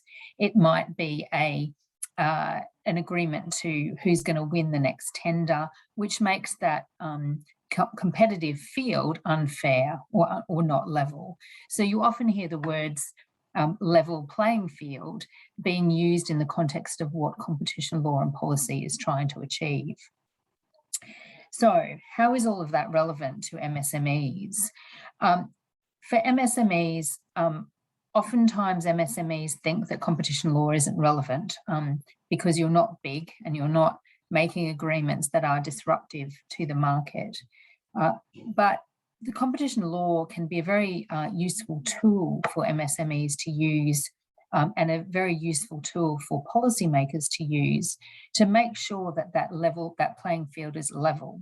And this has been one of the most difficult aspects of COVID, is that sometimes the recovery mechanisms being used by some governments may favour particular industries. They may favour particular types of businesses, sizes of businesses that skew that level playing field. There might also be an opportunity for you as MSMEs to report any competitive behaviour. So if you are aware of the competition law in your region and your country, then you will be better placed to identify where behaviours are not legal and do something proactively about them. The flip side is, of course, you also have to comply, so don't forget about that. But the solutions to COVID that I'm talking about here in the context of competition law and policy may not seem completely relevant to you. They may not apply to individual MSMEs, but what they will do is set a competitive marketplace. If a competition law and policy is working well, we should have a competitive marketplace that allows MSMEs to continue to function and to prosper. That was a very long introduction. I will move through these slides very quickly, and then we can pick up some more issues during the panel discussion. The slide that we have on the screen at the moment isn't news to any of us. We know that often more than 95% of businesses in all countries across the ASEAN region are represented by MSMEs, and we've heard that various times today. If we could move to the next slide, I think it's worth just thinking a little bit about the characteristics of MSMEs, because these are relevant in the COVID context. We've heard already today that often MSMEs have got a limited range of products. They're often operating in very, very small geographic markets. Getting access to financial services or resources, is often quite difficult. And getting access to the sort of regulatory information that you might need to move forward can also be quite difficult for MSMEs. And it's always more expensive if you're small to comply with new rules and regulations than it is if you're a large company with a lot of resource. The characteristic that we mustn't forget in the context of COVID is how flexible MSMEs can be. Because you are small, because you're not a big organisation, we must remember that MSMEs can often adapt much more quickly to changed marketplaces than larger companies. So if the environment is right, this could be a really good opportunity for MSMEs to develop. The next slide shows us some of the financial assistance that was provided to MSMEs across the ASEAN region based on the research we conducted. And you'll see there a picture very similar to what is the situation in Malaysia. One of the key areas for support was deferring the repayment of debt, followed closely by new lending. And then we see in the other shades of green there the relaxation of lending conditions and some forbearance of regulatory regimes. So I think we're seeing similar financial assistance support across the ASEAN region. The next slide shows us the impact of COVID-19 on MSMEs. These points have been made, I think, very well already today. We know that there are significant risks in terms of continuity for small business because of all of the lockdown measures that were in place. We know that many businesses are still reliant on government support, rightly so, but at some point that government support is going to end. And that is when, I guess, competition law needs to make sure that what's left at the end of that period is a competitive marketplace. That where we have failing businesses, they're not just being consumed by the same large enterprises, so that there's actually, no competition left in that particular industry. We've seen that the digital marketplace has been critical. We've heard lots of talk about digital training, but what and we've also heard here tonight, the difficulty in the equalities side of that, in that not everybody has the same access to the internet. But what it has done from a negative competition point of view is reinforce the market power. We have a lot of very large digital platform providers. We all know who they are. And the reliance on digital platforms has reinforced their strong market position, which is something that competition regulators need to bear in mind. The next slide highlights some of the competition issues that have come across very consistently in the research across the world, not just the ASEAN region. But I might leave those and discuss those in the panel session, because I think I'm out of time, but I think we can pick those up in that session if that suits you, and I'll leave it there for now.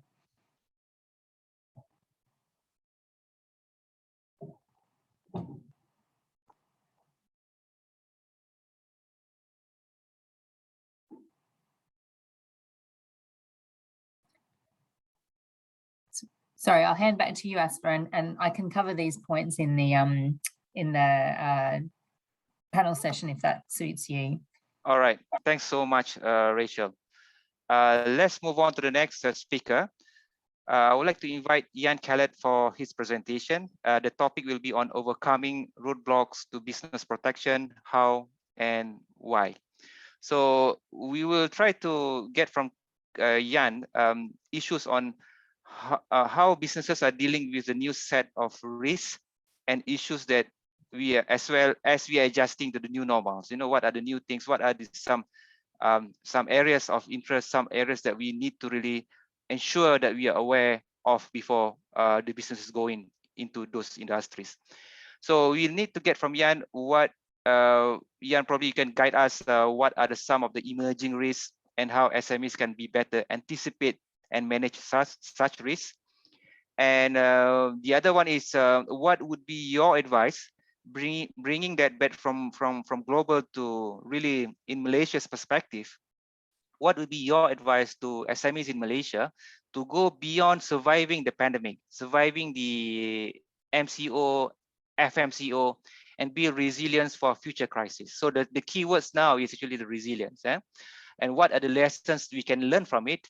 And including lessons that the corporate sector has been practicing for so many years. And last but not least, because of the topic of today also involve micro entrepreneurs, we would like to get from Jan whether how can micro entrepreneurs and the gig workers be protected during the economic crisis. Jan, the floor is yours.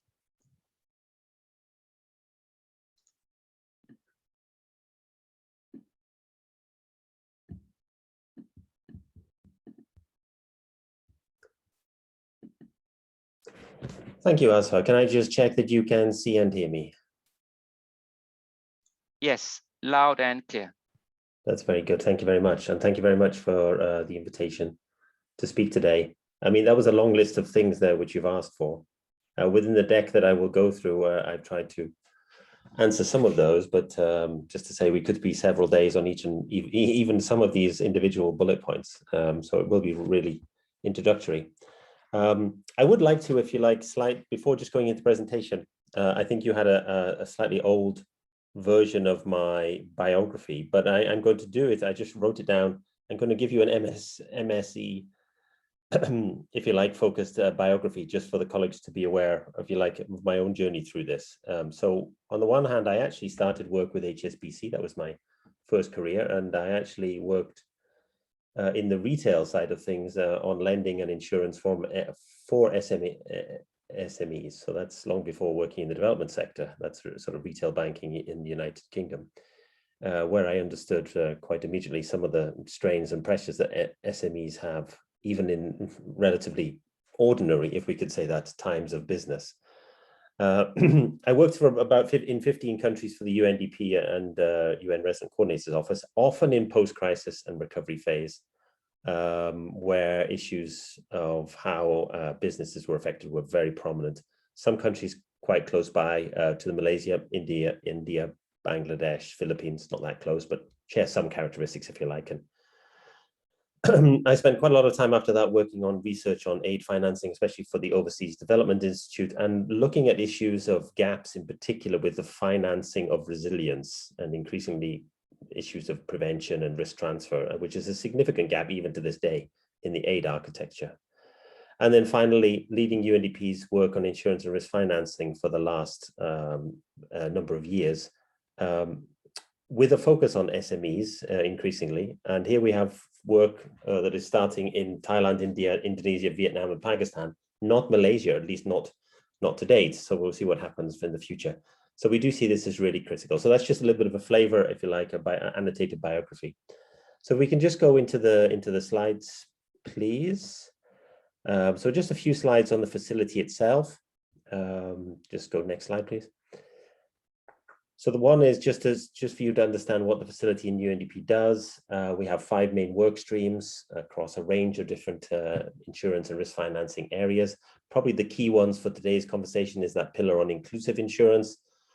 If you like, individual insurance for MSMEs being a core part of if you like, the work that we do, especially as we move into more and more country work. And then also I'd focus on the integration of insurance into development. So here we're talking about public policy and how MSME protection, if you like, business resilience, business protection should be increasingly an important part of the way countries deliver development. So that's just a bit setting the scene there in terms of the facility. Next slide, please.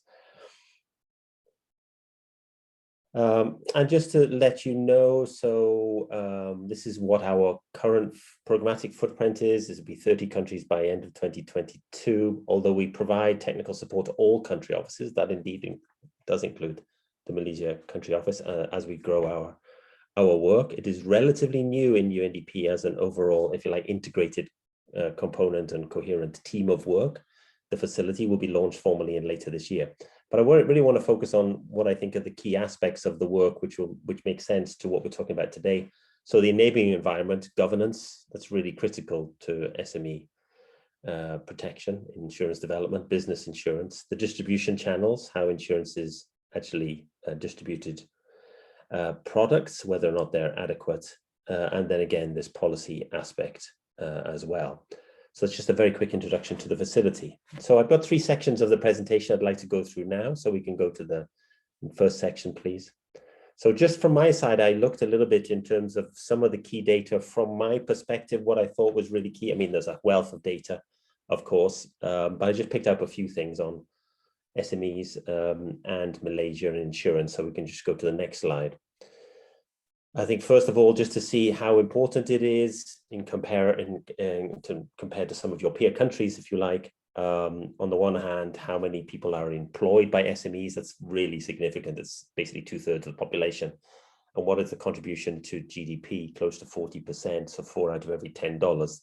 That is, really significant indeed. So immediately we see why we think the protection of SMEs in crisis is actually a key thing. Next slide, please.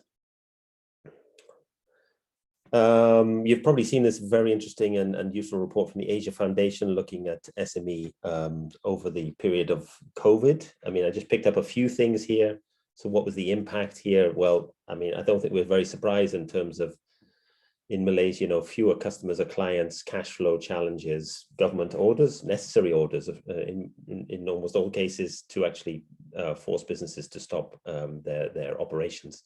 And then, of course, safety concerns themselves in terms of the way in which they provide their goods and services to people. Shortages of supply and how that is also a knock-on effect, etc. So that's the sort of the first thing. The next one, please.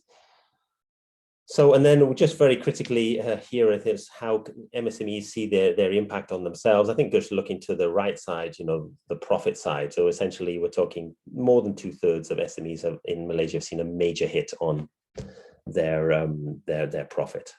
Next slide, please. Here, I just want to focus on just a note here of how Malaysia itself fits when it comes to insurance and insurance penetration. So we see that with regard to other countries, sort of in the middle of this table of 20 of about 5% or so of GDP in terms of insurance penetration, which is a bit of detail we could go into a bit more later if we need to. So let's go into the next section, which talks about the risks. Okay, so the risk context. So the next one, please.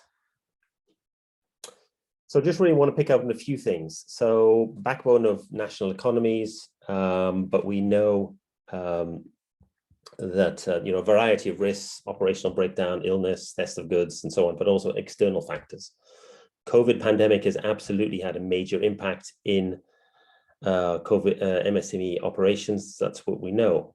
Now let's just go to the next slide, which categorizes the kinds of risk which SMEs may suffer. So we have hazard risks. So those are everything, where you talk about climate change, for example, that's where that appears, but also things like, public liabilities, financial risks, operational risks, and strategic risks.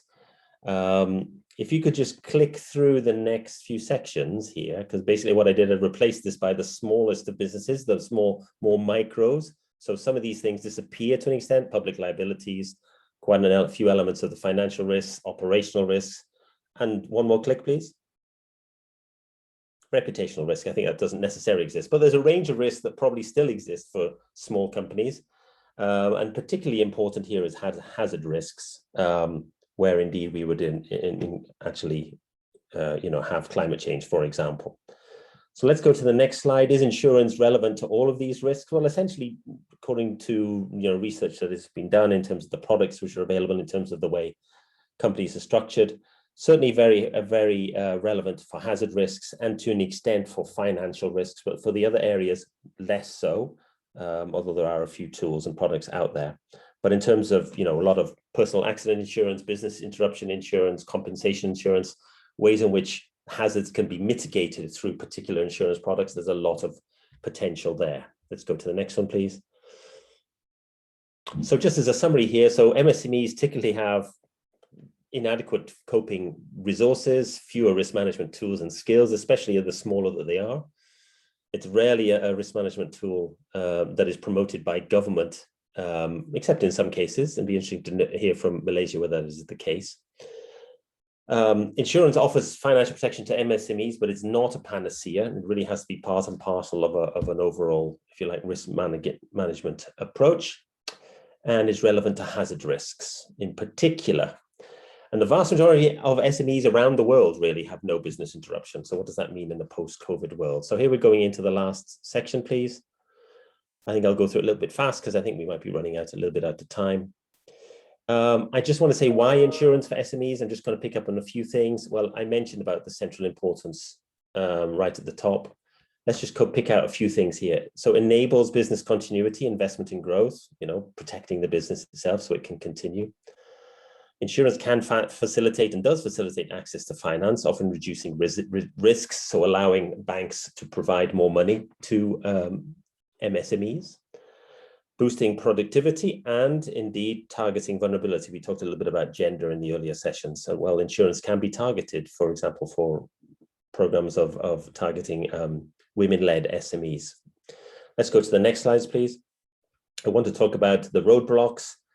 Typical roadblocks on the demand and supply side. Limited awareness of insurance. Is it affordable? Do people trust it? Is there a culture of insurance? This can be relevant to many countries of the world. On the supply side, is the enabling environment, the government's right? Is it too expensive for insurance to enter that market? In a world of increasing climate risks, are the actual things in place actually insurable anymore? Or are they basically priced out of possibility? And are the distribution networks relevant? Let's go to the next one. So what does that mean for SMEs? I'm just going to pick out the things which are key in bold here. In many cases, inadequate product design, because insurers don't necessarily understand SMEs particularly well. There are issues of access and distribution, especially because MSMEs are often disorganized or less organized, if you like. There are insufficient risk data, limited insurance culture, there is a lack of trust, and there is often regulatory weakness. I will skip to the next slide because it sort of summarizes the right anyway in terms of how to overcome the roadblocks. First of all, very much focus the insurance industry itself, supported by government, to support a better understanding of actually SMEs and what their needs are. So for example, SMEs tend to actually want products which are relatively simple and cover many risks at the same time, which simplifies a lot of their work and provides them with a certain level of coverage across many risks. That's the second point right there. Third point, a broader ecosystem of distribution channels, which in Malaysia, I'm sure there are many more than the usual suspects of financial institutions. Prioritize comprehensive resilience. And here we're talking about the expertise of industry, for example, in understanding risks. So it's beyond, if you like, products. Governments should focus on long-term support to SMEs in two ways, in terms of the right conditions, legislation, regulation, and also the integration of financial protection SMEs into wider public policy work, for example, such as NDCs and other national development strategies, and collaboration is key. And I think it's just one last slide, or maybe that's the end. Oh, that is the end. So that was the summary. So thank you, Afsa. Afsa, I send it back to you. Thanks, Jan. Thank you so much for that insightful presentation. So let's move on to the Q&A session. But before that, we have actually a second round of poll questions. I would like to get the secretary to publish the poll questions on the screen, please. All right. The first question is, besides the government, do you think others, such as development institutions, civil societies, private sectors, play important roles to help MSMEs build back better? Yes or no, or not sure? Question number 2, do you think Malaysia will benefit from local and international exchanges to build back better? Yes or no? Question number 3, last but not least, lessons learned from COVID-19, how can MSMEs be better prepared against unforeseen risks? So it's a multiple choice. Give probably like 1 minute before we can end the poll and share the results.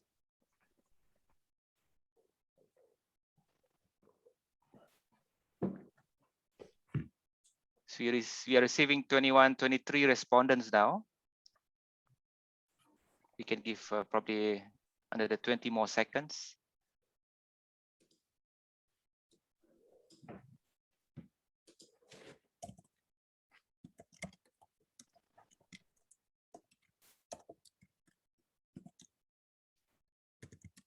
All right, I'll stop here.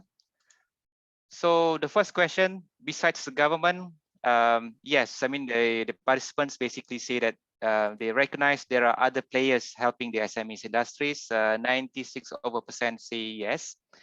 And for number 2, question number 2, do you think Malaysians will benefit from local international knowledge exchange to build back better? Yes, it's 100% out of 50. It's a very solid yes. And third question, lessons learned from COVID-19 and how can MSMEs be better prepared against unforeseen risks? So the top risk being chosen here is the business continuity plan. So what is the plan that needs to be done after this? How they can be well prepared and all that. And number 2 will be on operating with forward-looking risk management program, which means the risk is embedded in their day-to-day office planning process. And the third one is on to protect essential operations. I presume this will also covers the laborers and also the employees. All right, that's it. Thank you so much for the poll question, colleagues. Let me move on to the next session, which is on Q&A session, plenary and also Q&A session. Since there is actually a relevant questions on operation and labor, so might as well just pick up this Q&A session from the floor. Datuk Michael Kang, there is actually a question from the floor asking about, from Alex Ong. The question is, how SME can survive without workers, as SME is labor-intensive sector? And how SME can contribute without changes to the business model structure that lacks investment in automation? I think from the past, during the pandemic, I always mentioned very clear, if SMEs do not change, do not adopt technology, they still use traditional way, they won't be able to survive. I think this is the new way, new norm. They must adopt technology. There's no way if they're still rely on labor intensive. They have to change. they have to adopt technology. They have to use technology then to improve their productivity, they improve their competitiveness. This is the only way for SMEs to survive. So during the pandemic, I urge all the SMEs, please change. They should not stay as the current traditional way of doing their own business. It will definitely wind out for the next 3 to 5 years. If we are no change, remain the current way, using manpower, using the traditional, there's no technology involved, I think they're going to be suffering.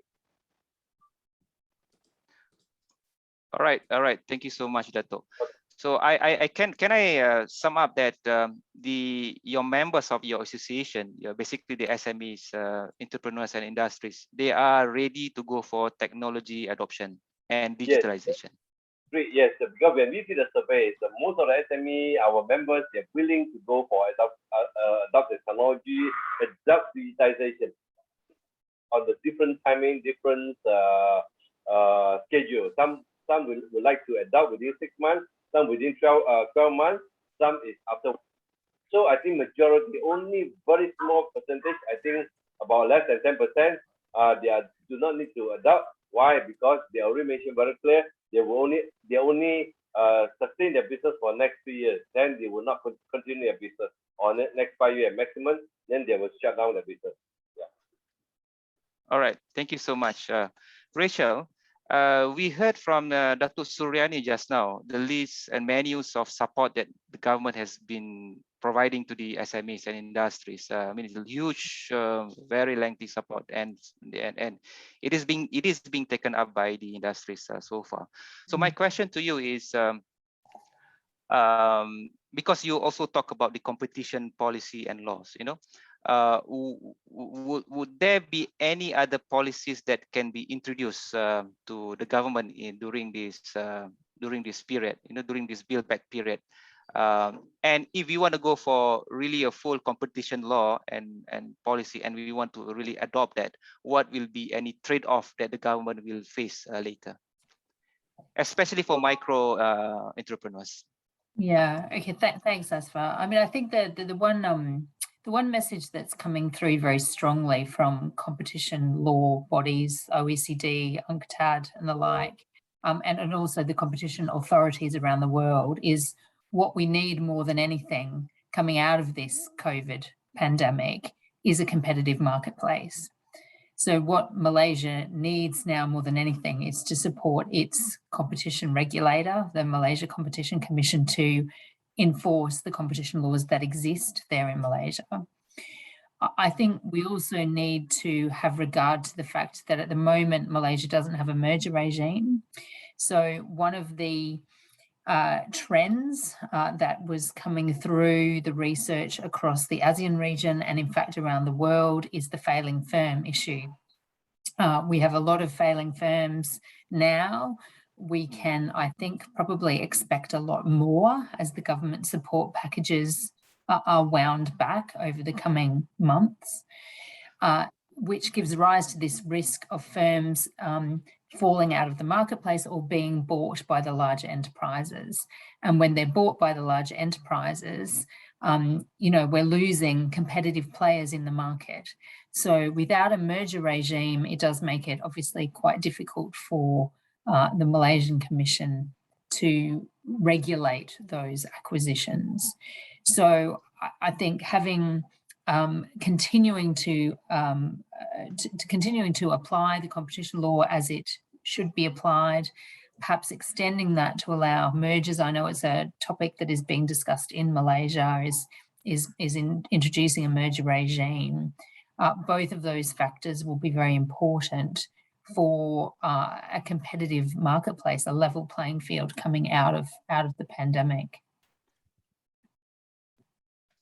All right.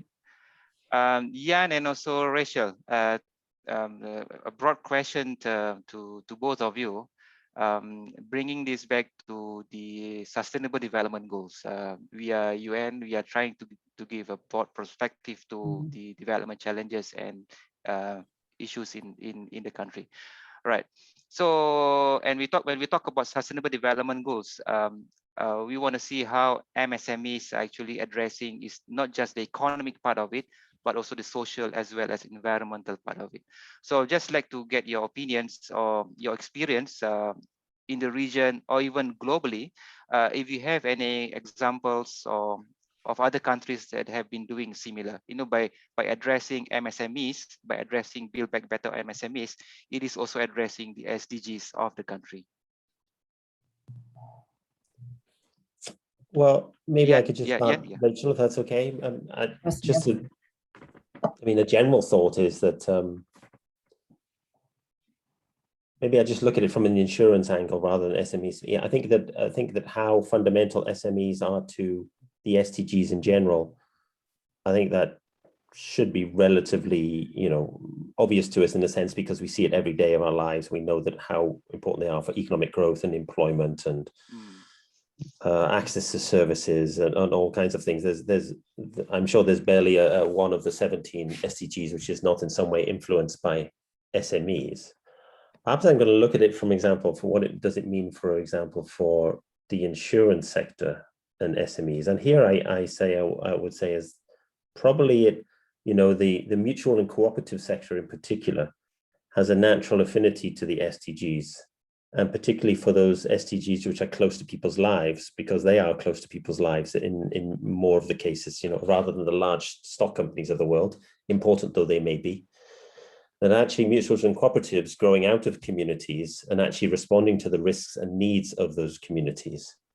That's where I see, for example, in particular, the relevance for insurance and SDGs and populations and therefore MSMEs. And here I'd actually say is that in many cases, good, well-functioning mutual and cooperative insurers are actually essentially already delivering on the SDGs without ever being named. I mean, they don't go around saying, okay, this is our plan to deliver on the SDGs or to deliver services and goods to our population and products and saying, this is the SDGs. We're delivering health insurance and life insurance and coverage for education and crop insurance and all kinds of things which are relevant to the population. So I'd say that actually there's a huge part of this which is essentially part and parcel of good business and good life and good contributions to that from the insurance sector. What I would say, and especially particularly in light of COVID, is how inadequate in some cases are if you like, the enabling environment for such good work to flourish, and also to an extent inadequate in some cases the actual companies themselves are in order, if you like, to deliver on this promise.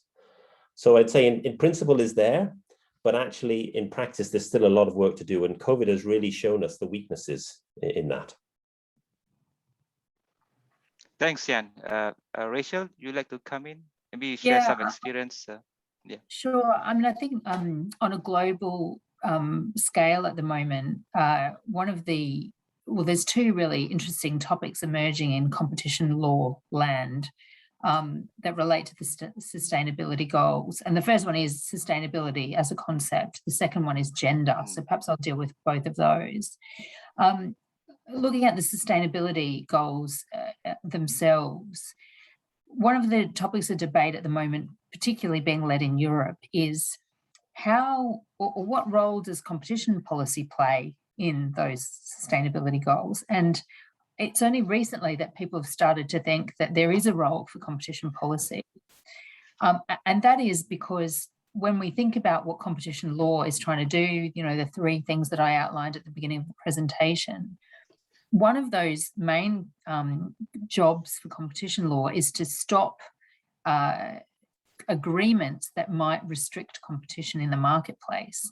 But when we think about achieving the sustainability goals, often what's needed is some collaborative effort, and often collaborative effort between larger companies. It may not be economically viable to do it on your own. They may not have the return may not be sufficient to justify doing some of these activities on their own. So competition policy is starting to look at ways in which existing competition laws can support those sustainability goals.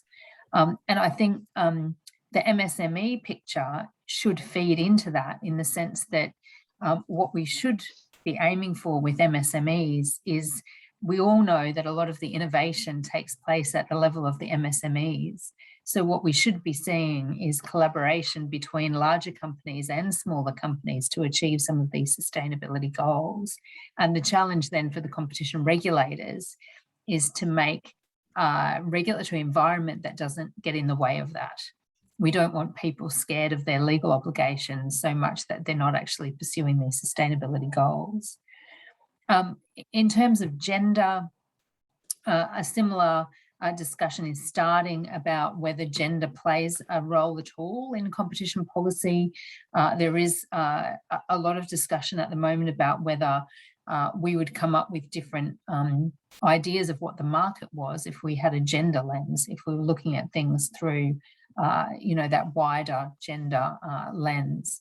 And we know that through the COVID pandemic, women have been disproportionately affected in the workplace for many reasons, including their home responsibilities, added responsibility for childcare or homeschooling. The sectors that have been affected are largely, often disproportionately employ women. So we know that women are being affected significantly through the pandemic. The debate is starting. I can't give you any answers yet about how competition policy plays with gender, but there's certainly, discussions there. So I think there's a few different ways in which competition policy is starting to turn its mind to the sustainability and development goals. Thanks, Rachel. Colleagues, participants, I'm still waiting for additional new questions, if any, from the floor. Otherwise, I'll just continue with some other questions from me. Jan, so thanks so much for giving that insight about some of the risks and also some of the impacts that can be seen upon the adopting risk. So I'd just like to get your further elaboration from your presentation just now. In what aspect can business protection contribute to the resilient framework that is able to support MSMEs in addressing medium-term challenges as the country is recovering from the pandemic? So the question is how the business protection can eventually lead to the resilience of the SMEs at a later stage. Thank you. It sounds an innocent question, but actually it's really quite complicated, I'd say. I mean, there's two things really I think right at the top. One is you can't insure something while the crisis is actually happening, because no company's going to do that, are they? Because essentially they're paying out for something immediately. So you have to imagine that if we're looking for a significant change in the way insurance and even the large-scale risk financing, sovereign risk financing, can respond to things like a pandemic, that's only really going to happen when actually the pandemic has ended. And as we know, in Malaysia and many other countries, we're still really in the teeth of it. So that's one thing just for us to be aware of. So that's a challenge, if you like, for the role of insurance, business protection, SMEs. There's another one here which I'm sympathetic to the insurance industry of. One of the fundamentals of insurance is that you pool, you share risk across sectors, geographies, elements of life, so that you're not paying out across every single thing. Well, COVID has infected every single aspect of our life and living. There is no sector. So how do you ensure that? Well, the fact is you really can't, not in the way traditionally. So I say that's probably where we're going to see, I think, schemes develop or need to develop, where actually the role of government and the private sector coming together is going to be important. And the problem is, I asked my team to, I have regional colleagues working on this in covering the different regions of the world. Can you give me good examples of the sort of the COVID, post-COVID scenario when it comes to SMEs? Is there anything there? And there's very little. There is very little right now. A colleague did send me something that is coming out of India, where there's a scheme apparently with government, with the private sector to, if you like, where the government would take the first tranche of payouts in the wake of similar health crises in the future. I mean, I don't know the scope of that, but can you imagine the cost of that, what that might be? I mean, so I guess you could argue, well, the governments are paying for it anyway through incredible amounts of money they're pumping into public services, into wages and all kinds of ways to keep MSMEs and other parts of the sector going. So I don't know if I've really answered your question, except to pose for you like a series of challenges to the question. What I would say is that it's almost like, I think there's something about COVID which is very particular, and that needs something special to look at. I don't really necessarily know what that looks like when it comes to insurance and risk finance. What I would say is, for all of the other hazards, risks, and exposures that MSMEs do have, there's a massive amount of work that can be done and should be done on both the supply side, in terms of the products, the distribution channels for those products, the product quality, the penetration into markets, and on the demand side in terms of trust and advocacy and so forth, and understanding of risk. Government plays a really critical role in the center of this. So I don't know the Malaysian market well enough but I would imagine Malaysia, like many other countries, should in the wake of COVID look at legislation for business insurance, regulations, insurance regulations and supervision, and see what can be done to increase significantly the penetration of various kinds of business protection into the Malaysian marketplace. All right. Maybe a little bit more on the risk insurance part. Maybe I would like to also ask Dato' Michael as well as Yan, if the government would like to introduce risk insurance scheme, which sector or which subsector is the topmost priority now? Food, F&B, or any other cottage industries? Dato', do you have any sense of about this topic? How, if insurance would like to be introduced soon, which subsector would you like to propose to the government? I think health sector, I think on the SME, on the health insurance, I think most sectors, you talk about food, I think they're still essential services. They don't have much challenges. I think you can see the most challenge for the past 1 year, 1.5 years, I think tourism related industries, retail industry, all those are really badly hit. Until today they are not able to operate. They're totally locked down, and you can see, I think Malaysia tourist company, I think 90% are really shut down. They're totally no more in the market. They have been transformed, moved to the other industry. A lot of tourism guys also moved to sell online, to do other jobs, work in the factory.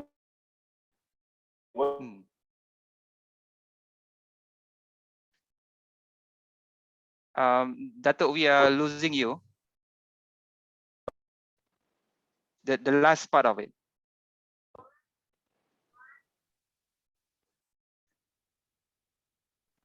Okay, I mean, I think we understand what you mean. Yan, any views from you? Any targeted priority sectors that risk insurance can come in, and it's like this is something that government can really implement as soon as possible? Well, not knowing the market well enough to understand, for example, the governance aspect in terms of legislation, regulation, supervision, I wouldn't want to hazard a guess what might be best there. That's really for the government colleagues, to look at and examine as come forward. I guess in terms of sectors, whatever is critical for the most important contributors for GDP of employment in the country seem to make sense. I mean, you could say, okay, you could look at those ones which have been impacted the heaviest and the first and the longest with regard to COVID. So those sectors that relate to, tourism and services, face-to-face services of all different kinds, that's a case. But again, you do come back to this issue, you're closing the barn door after the horse has bolted.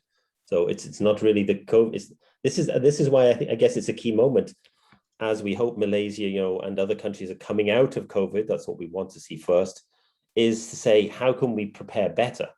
So that's, I think, where, you know, working with, say, for example, the tourism industry, with the private sector, the actual providers of insurance and government, and saying, how can we better protect so that in future there is that financial resilience for the tourism sector to protect jobs, to protect those livelihoods, those critical hubs of economic growth in many parts of the country. So I'd say that's probably how we need to look at it for Malaysia. All right, thanks, Jan. So we received 2 additional questions. I would like to go first with from Regina Leong. Thanks so much for your question, Regina. I have a question to Dato' Michael Kang. Hi, Dato'. What's the reality situation of the SMEs in Malaysia now?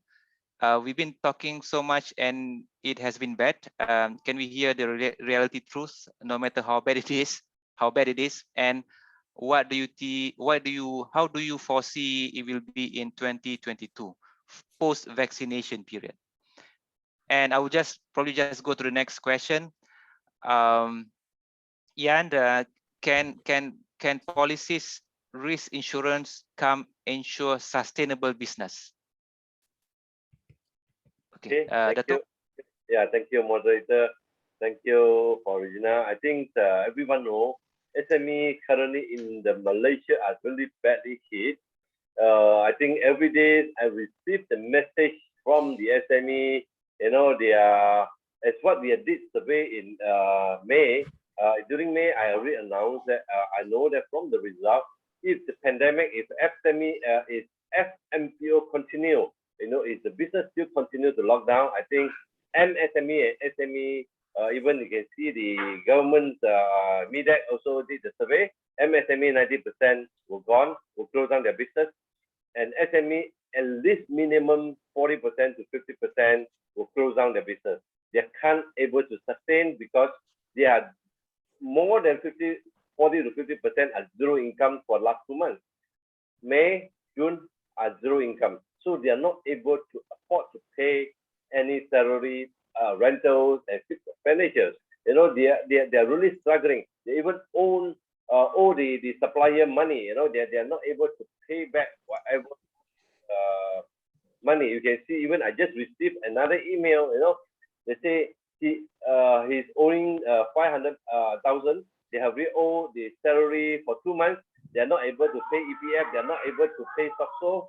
So they don't know what to do. They have to shut down his business. They have to lay off all the staff. Then they have to solve what are going to do with the money they own to the suppliers, the vendors. How are they going to pay them back? You know, if there are no income at all. That this is the real situation on the ground. That is why I urge the government can come up a real solution. Means the real solution is only 2. One is how to control the numbers of COVID spread. You know, to how to reduce the numbers. Can government use technology? Can government adopt technology to monitor and trace and make sure the numbers are coming down? Second, the government should come up with a solution to help the SME, to tell the SME when SME allowed to operate. You know, when can SME economy frontliner able to vaccinate themselves? Government allowed so that maybe 1 month or 2 months, because currently the MCO was extended, it's no indefinite, you know, so mean that the SME are totally locked down, are not able to operate from now on until uncertainty. So when it comes to uncertainty, SMEs have to shut down their business to cut loss, to make sure they are able to operate in 2020. So that means if SME shut down, more people will lose a job. Means our social problem will be terrible. You know, everyone, you can see that nowadays, every day, there's a people commit suicide themselves because they cannot take the pressure. They own the bank money, they own the supplier money, they own staff salary, they own government money. That is the problem now. This is a real situation. All right. Okay. All right. Thanks, Dato'. Jan, the next question was whether can insurance actually guarantee business sustainability? No, it can contribute. So I mean, so it's a good question, and sometimes depending who you talk to, it's seen as being really, you know, the thing. Well, it's a thing, and it's an important thing. In many countries of the world, it's still underdeveloped. So if you go back to that slide I presented about the 4 different kinds of risks and how relevant they are to insurance, only really 2 of them, 2 sets of risks, one which was the hazard risks, the other was the financial risks, and only a subset of them are really relevant to insurance. I mean, insurance is not going to cover things like reputation, competition, customer demand, demographic and social cultural trends, business operations, human resources, empowerment, leadership, information technology. Where does that come if you want sustainable business? That's from government, that's from the private sector itself, that's from innovation centers. That's all ways in which business can push itself forward and also, seek support from government and others to actually move forward. What I would say, though, is that it is really important, and it's important in various ways. I'm just looking again at the slide. So again, enabling actual continuity. So so insurance can make sure that those businesses survive during the height of a crisis, facilitate their access to finance, boost their productivity, and enable the targeting of vulnerability. So those things are there, and those things are important, but it has to be built into a spine of a larger, if you like, endeavor of growth and, if you like, development of the MSME sector. And it seems to me that in Malaysia, there's a lot of that going on, which we heard about today. So that's where it has to be situated, if you like. Thanks, Jan. I see there is one a participant raising her hands. Can I just check with Secretary? Yeah, can I invite? Can I invite Farah to ask question from the floor?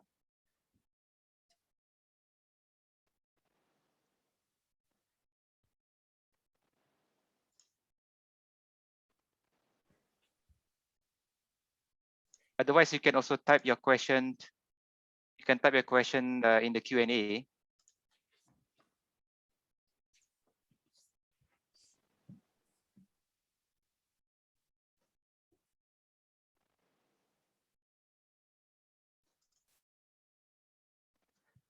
No, we can't hear it, unfortunately.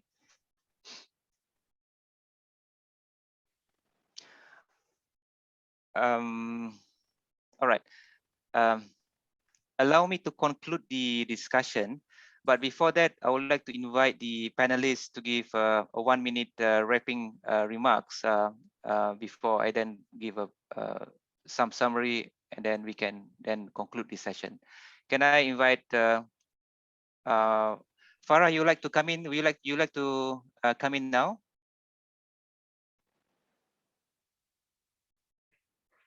Okay, if you have questions, you can type in the Q&A. We can address it before the end of the session. So, Dato' Michael, I would like to invite you for 1-minute conclusion, followed by Rachel as well as Jan. Okay, thank you. I think here I still urge all the SME, please make your mindset change. Should adopt technology. Should make sure you have to adopt the new norm of doing business, whatever which are able to improve your business opportunities, improve your productivity, improve your competitiveness. I think that's very important.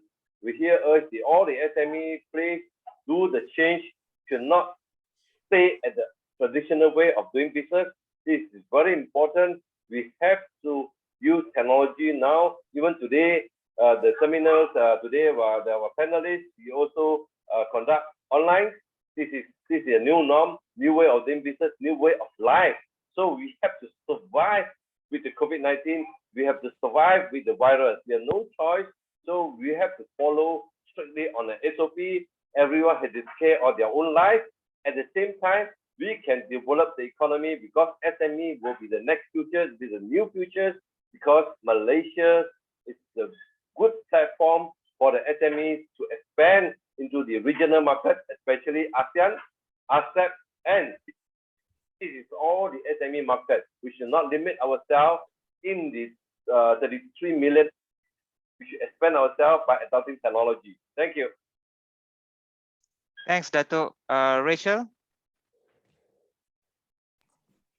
Thanks, Asfa. I think a couple of messages from me. The first one is for the policymakers in the audience, and enthusiasm from me to ensure that competition policy is part of the economic recovery package, because we need to ensure that at the end of this pandemic, we've got competitive marketplaces, because competitive marketplaces are where MSMEs can participate and prosper. For the MSMEs themselves, I would say, please don't be frightened of that foreign firm. You know, I think that there is a tendency in these crises to focus on domestic issues, but we don't want to have a protectionist attitude. Allowing foreign firms into Malaysia and into the region will actually increase competitiveness of the market, which will also benefit MSMEs. And on a wider perspective, perhaps a message for international organisations such as UNDP. Niloy mentioned at the outset your new project dealing with fair business practices, which dealt with environmental issues and sustainability issues. Competition policy issues would also fit very nicely into that fair business practices. So that's something hopefully for you all to think about and take away. Thanks, Rachel. Ian, last but not least, 1 minute intervention, please. Yes, so I'm just going to build on what Rachel says, and I think this is a moment for government to rethink or to think again or more deeply about a variety of ways in which the MSME sector can be supported, can grow. So, I mean, I think similarly, I'm thinking here that if the government isn't already looking at, business protection in light of COVID, then it should do, but it should do also with the partners. I mean, the two core partners being the SME sector itself and its representative bodies and organizations, associations, but also the insurance sector. And think about what are the issues when it comes to the supply side and the demand side, and how can business protection be part and parcel of almost everyday life for SMEs from now into the future. Thanks, Jan. Thanks so much. It seems like there is no other Q&A. So let me just conclude this session. Dato', thank you so much for your intervention. We fully understand the concern by your members. It is actually they are surviving now. They want to go through this period, and nonetheless, your members actually look forward for any new policies or any new intervention that can help them to build back better. Rachel, thanks so much for your ideas about competition law. You also touch a bit on other options that the government should be looked into. This is an opportunity for the government to really implement new policies to ensure the SMEs are resilient in the future. Jan, again, thanks so much for your support and for your ideas about protecting industries by having this insurance. And it is still a long way to go. Yes, definitely. But the idea has to come in here now. I mean, from UNDP perspective, from UNDP Malaysia perspective, we are in discussion with respective stakeholders, with MEDAC on this idea. So, colleagues, thank you so much for your participation in this afternoon. So I would like, therefore, to hand this session over to the MC. Thank you. Thank you, Mr. Asfa. Thank you, distinguished guests, and also to our audiences for your active participation. Unfortunately, we have reached to the final part of the agenda, and to sum up the discussion, I would like to invite Ms. Manon Penia, the Deputy Resident Representative, to deliver her closing remark. Please welcome.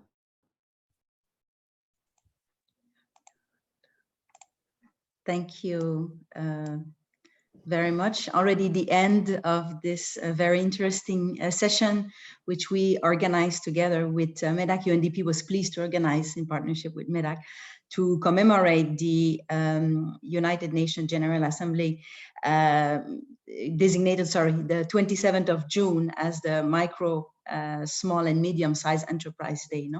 The purpose of this day is really to recognize the important role that MSMEs are playing in the implementation of the 2030 Agenda for Sustainable Development. And I think there were several examples today of how critical MSMEs are to not only the economy, but to the future of the planet as well in Malaysia and all over the world. This year, International Day is celebrated in a very special context. We are almost at 18 months after the beginning of the COVID-19 crisis. Most countries in the world are still grappling with the pandemic and its severe health and socioeconomic impact, including lockdowns and the need to support those who have lost their jobs and livelihood. Malaysia is heavily hit at the moment. But the pandemic recovery efforts also present an opportunity to learn. We've heard a lot of learning over the last 8 months in today's webinar, to be better prepared, to build resilience, and maybe more inclusive as well economy in the future. And this is what we discussed today during this webinar. I really appreciated the diversity of the stakeholder engagement and the discussions that we had today. I would like to briefly summarize some of the key takeaways that I took from the different panelists today. The first, I think, as we started the discussions, recognizing how MSMEs are really hardly hit by the pandemic, and small enterprises usually disproportionately as well impacted by the pandemic, either because they have limited markets, limited knowledge or access to regulatory information, or limited financial resources to survive and go through such a big shock. But we have also looked at special cohort which are even more impacted, including women. We saw that women are even more, young women entrepreneurs for different factors are hit even harder from the pandemic. Young entrepreneurs as well, people working in the informal sectors, and diversity of group and subgroup. When we start unpacking, there's a diversity of reality that needs different measures and different kind of supports to make sure everyone can be supported in this crisis. There's a number of reasons why they are affected by the contraction of the economy. Can be on the government imposed restriction, sector of operations as well that are more, for example, that employ more women, time spent on domestic responsibility in the case of women, and access to finance in the case of young people, or more the informal sector. So we have heard from the government about the recent support package and schemes to support MSMEs, and also the invitation from MEDAC to reach out to them to learn more about those packages and make use of the available packages that exist. The polling actually data, the survey that was done during the webinar actually was quite an interesting data that the majority of the participants, you've raised that you are not fully aware of the government initiatives that are put in place to support you. So please reach out, and I think it's a call to make sure that this information is well and broadly distributed. No? I think it was very encouraging to see that there are more initiatives for MSMEs that are growing with those packages, and that we really need to make sure that this information is available, and that communities, grassroots and excluded groups also have access to relevant information and knowledge. And we can all work together to further enhance the implementation for fast and smooth process, no, to access those measures and initiatives. I think an important point that was mentioned in almost from all the panelists is, of course, the importance of digital and the move to digital, which has clearly taken a big learning curve for many MSMEs over the last year and a half. It has been identified as a key driver to survive the pandemic. And going digital was one of the avenues for the SME to basically survive and transform their business model. There's no doubt that digital adoption has fast forwarded amongst entrepreneurs, and they were able, number of them were able to tap into technology to safeguard business continuity. But we also raised that this also bring a greater challenge that emerge as inequality is reinforced by the digital divide. No? So we really need to make sure that we can build capabilities as well as access, build digital literacy and infrastructure readiness to complement as well the effort and the stimulus package that are implemented. Basic digital literacy, internet connectivity needs to be put in place. There was also a clear message that beyond stimulus package, training, infrastructure support, a mindset also need to be fundamentally changed, whereby new normal, new thinking need to be embraced and adopted by MSMEs as well. This is an opportunity for innovation and business transformation by MSMEs, and that there is no turning back. The digital has now penetrated all our lives and all our way of doing business, and this will only probably grow as we move into the future. In addition to factors like embracing digital technology, there was also good references to the role and the importance of innovation as a key factor for long-term competitiveness of enterprises in Malaysia. Collaboration between MSMEs and big companies to support innovation and move towards more sustainable business model was also discussed by the panelists. We also discussed the need for MSMEs to be protected from risk, and there was a whole presentation by our colleague Jan on the importance of risk insurance, mainly to address two important risks, the finance and hazard risk, and that addressing those to risk insurance can really enable business continuity, facilitate access to finance, and boost MSMEs productivity in time of crisis. No? So these are measures that can be looked at and should be analyzed as part of longer term measure to protect against future shocks and building longer term resilience for MSMEs. There was also competition policy, which should also be looked at as part of recovery policy discussion, and how competitive marketplace through informants of competitive law, policies, practices by multi-stakeholders can help increase, will also benefit MSMEs. No? That often this is looked at from a macro perspective, but can really help the competitiveness of local MSMEs as well. Before closing, I think Dato Suraina at the beginning gave a clear message, and I think it resonates throughout the presentation and the discussion. Was the clear message from her was, how do we build back better? When Niloy asked, how do we build back better? And she was talking about two key elements, the preparation. So I think there was quite a lot of elements that were discussed here. How do we prepare better for next shock? The risk assurance, the competition policy, the digital onboarding. And also another key element was collaboration. How this cannot be a one ministry endeavor or one sector endeavor, but that it really has to be a whole of society, starting from driving strong policy from the government side, but also involving associations across ministry collaboration. The example of working with Ministry of Women, Family and Community Development to support women entrepreneurship was given, but only by working different ministries together and different as well organizations together, we can really be better prepared for future shocks in the future and build resilience and more sustainable business model. So on behalf of UNDP, I think this summarizes the key learning that I've taken from the discussion today. I think it was very rich. I would like to thank all of you who have participated and make this event a success. MEDAC as this event co-organizer, also all the public and private sector partners, MSME entrepreneurs, civil society, academia who have attended this event.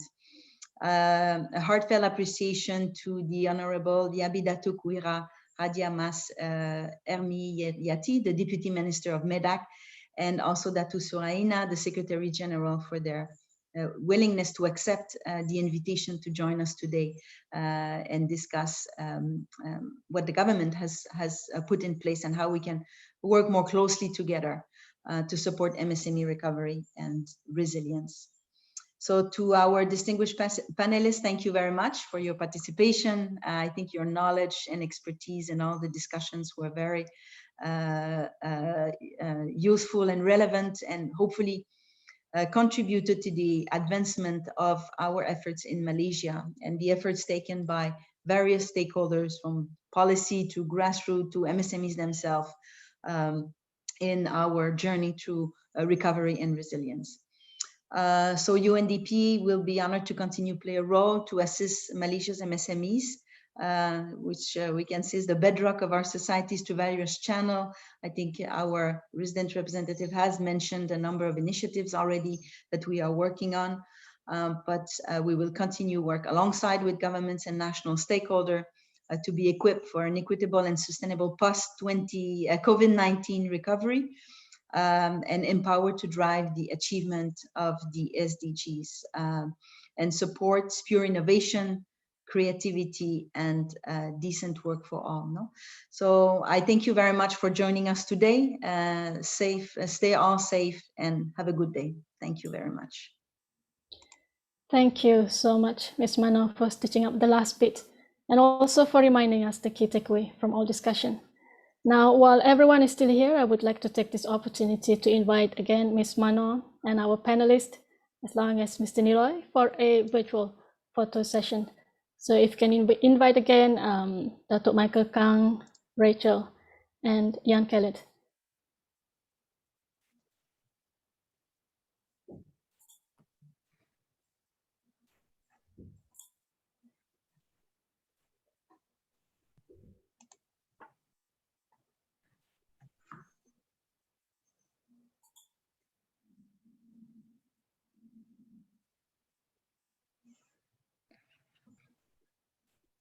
Okay, do we still have Jan Kellet in the line?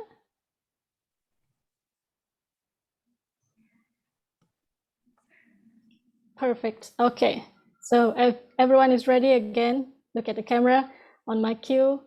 1, 2, 3. And one more. 1, 2, 3.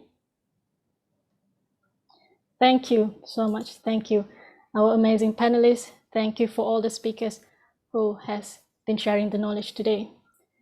And we hope that everyone has gained benefits from this webinar. And in case you need to rewatch, the recording will be available on UNDP Facebook page. And please don't forget to answer the survey question by scanning the QR code that is available on your screen right now, or by clicking the link provided in the chat box section. We would love to hear your feedback, comment, and suggestion. And we look forward to seeing you in upcoming UNDP webinar series. And until then, I wish you a pleasant days ahead.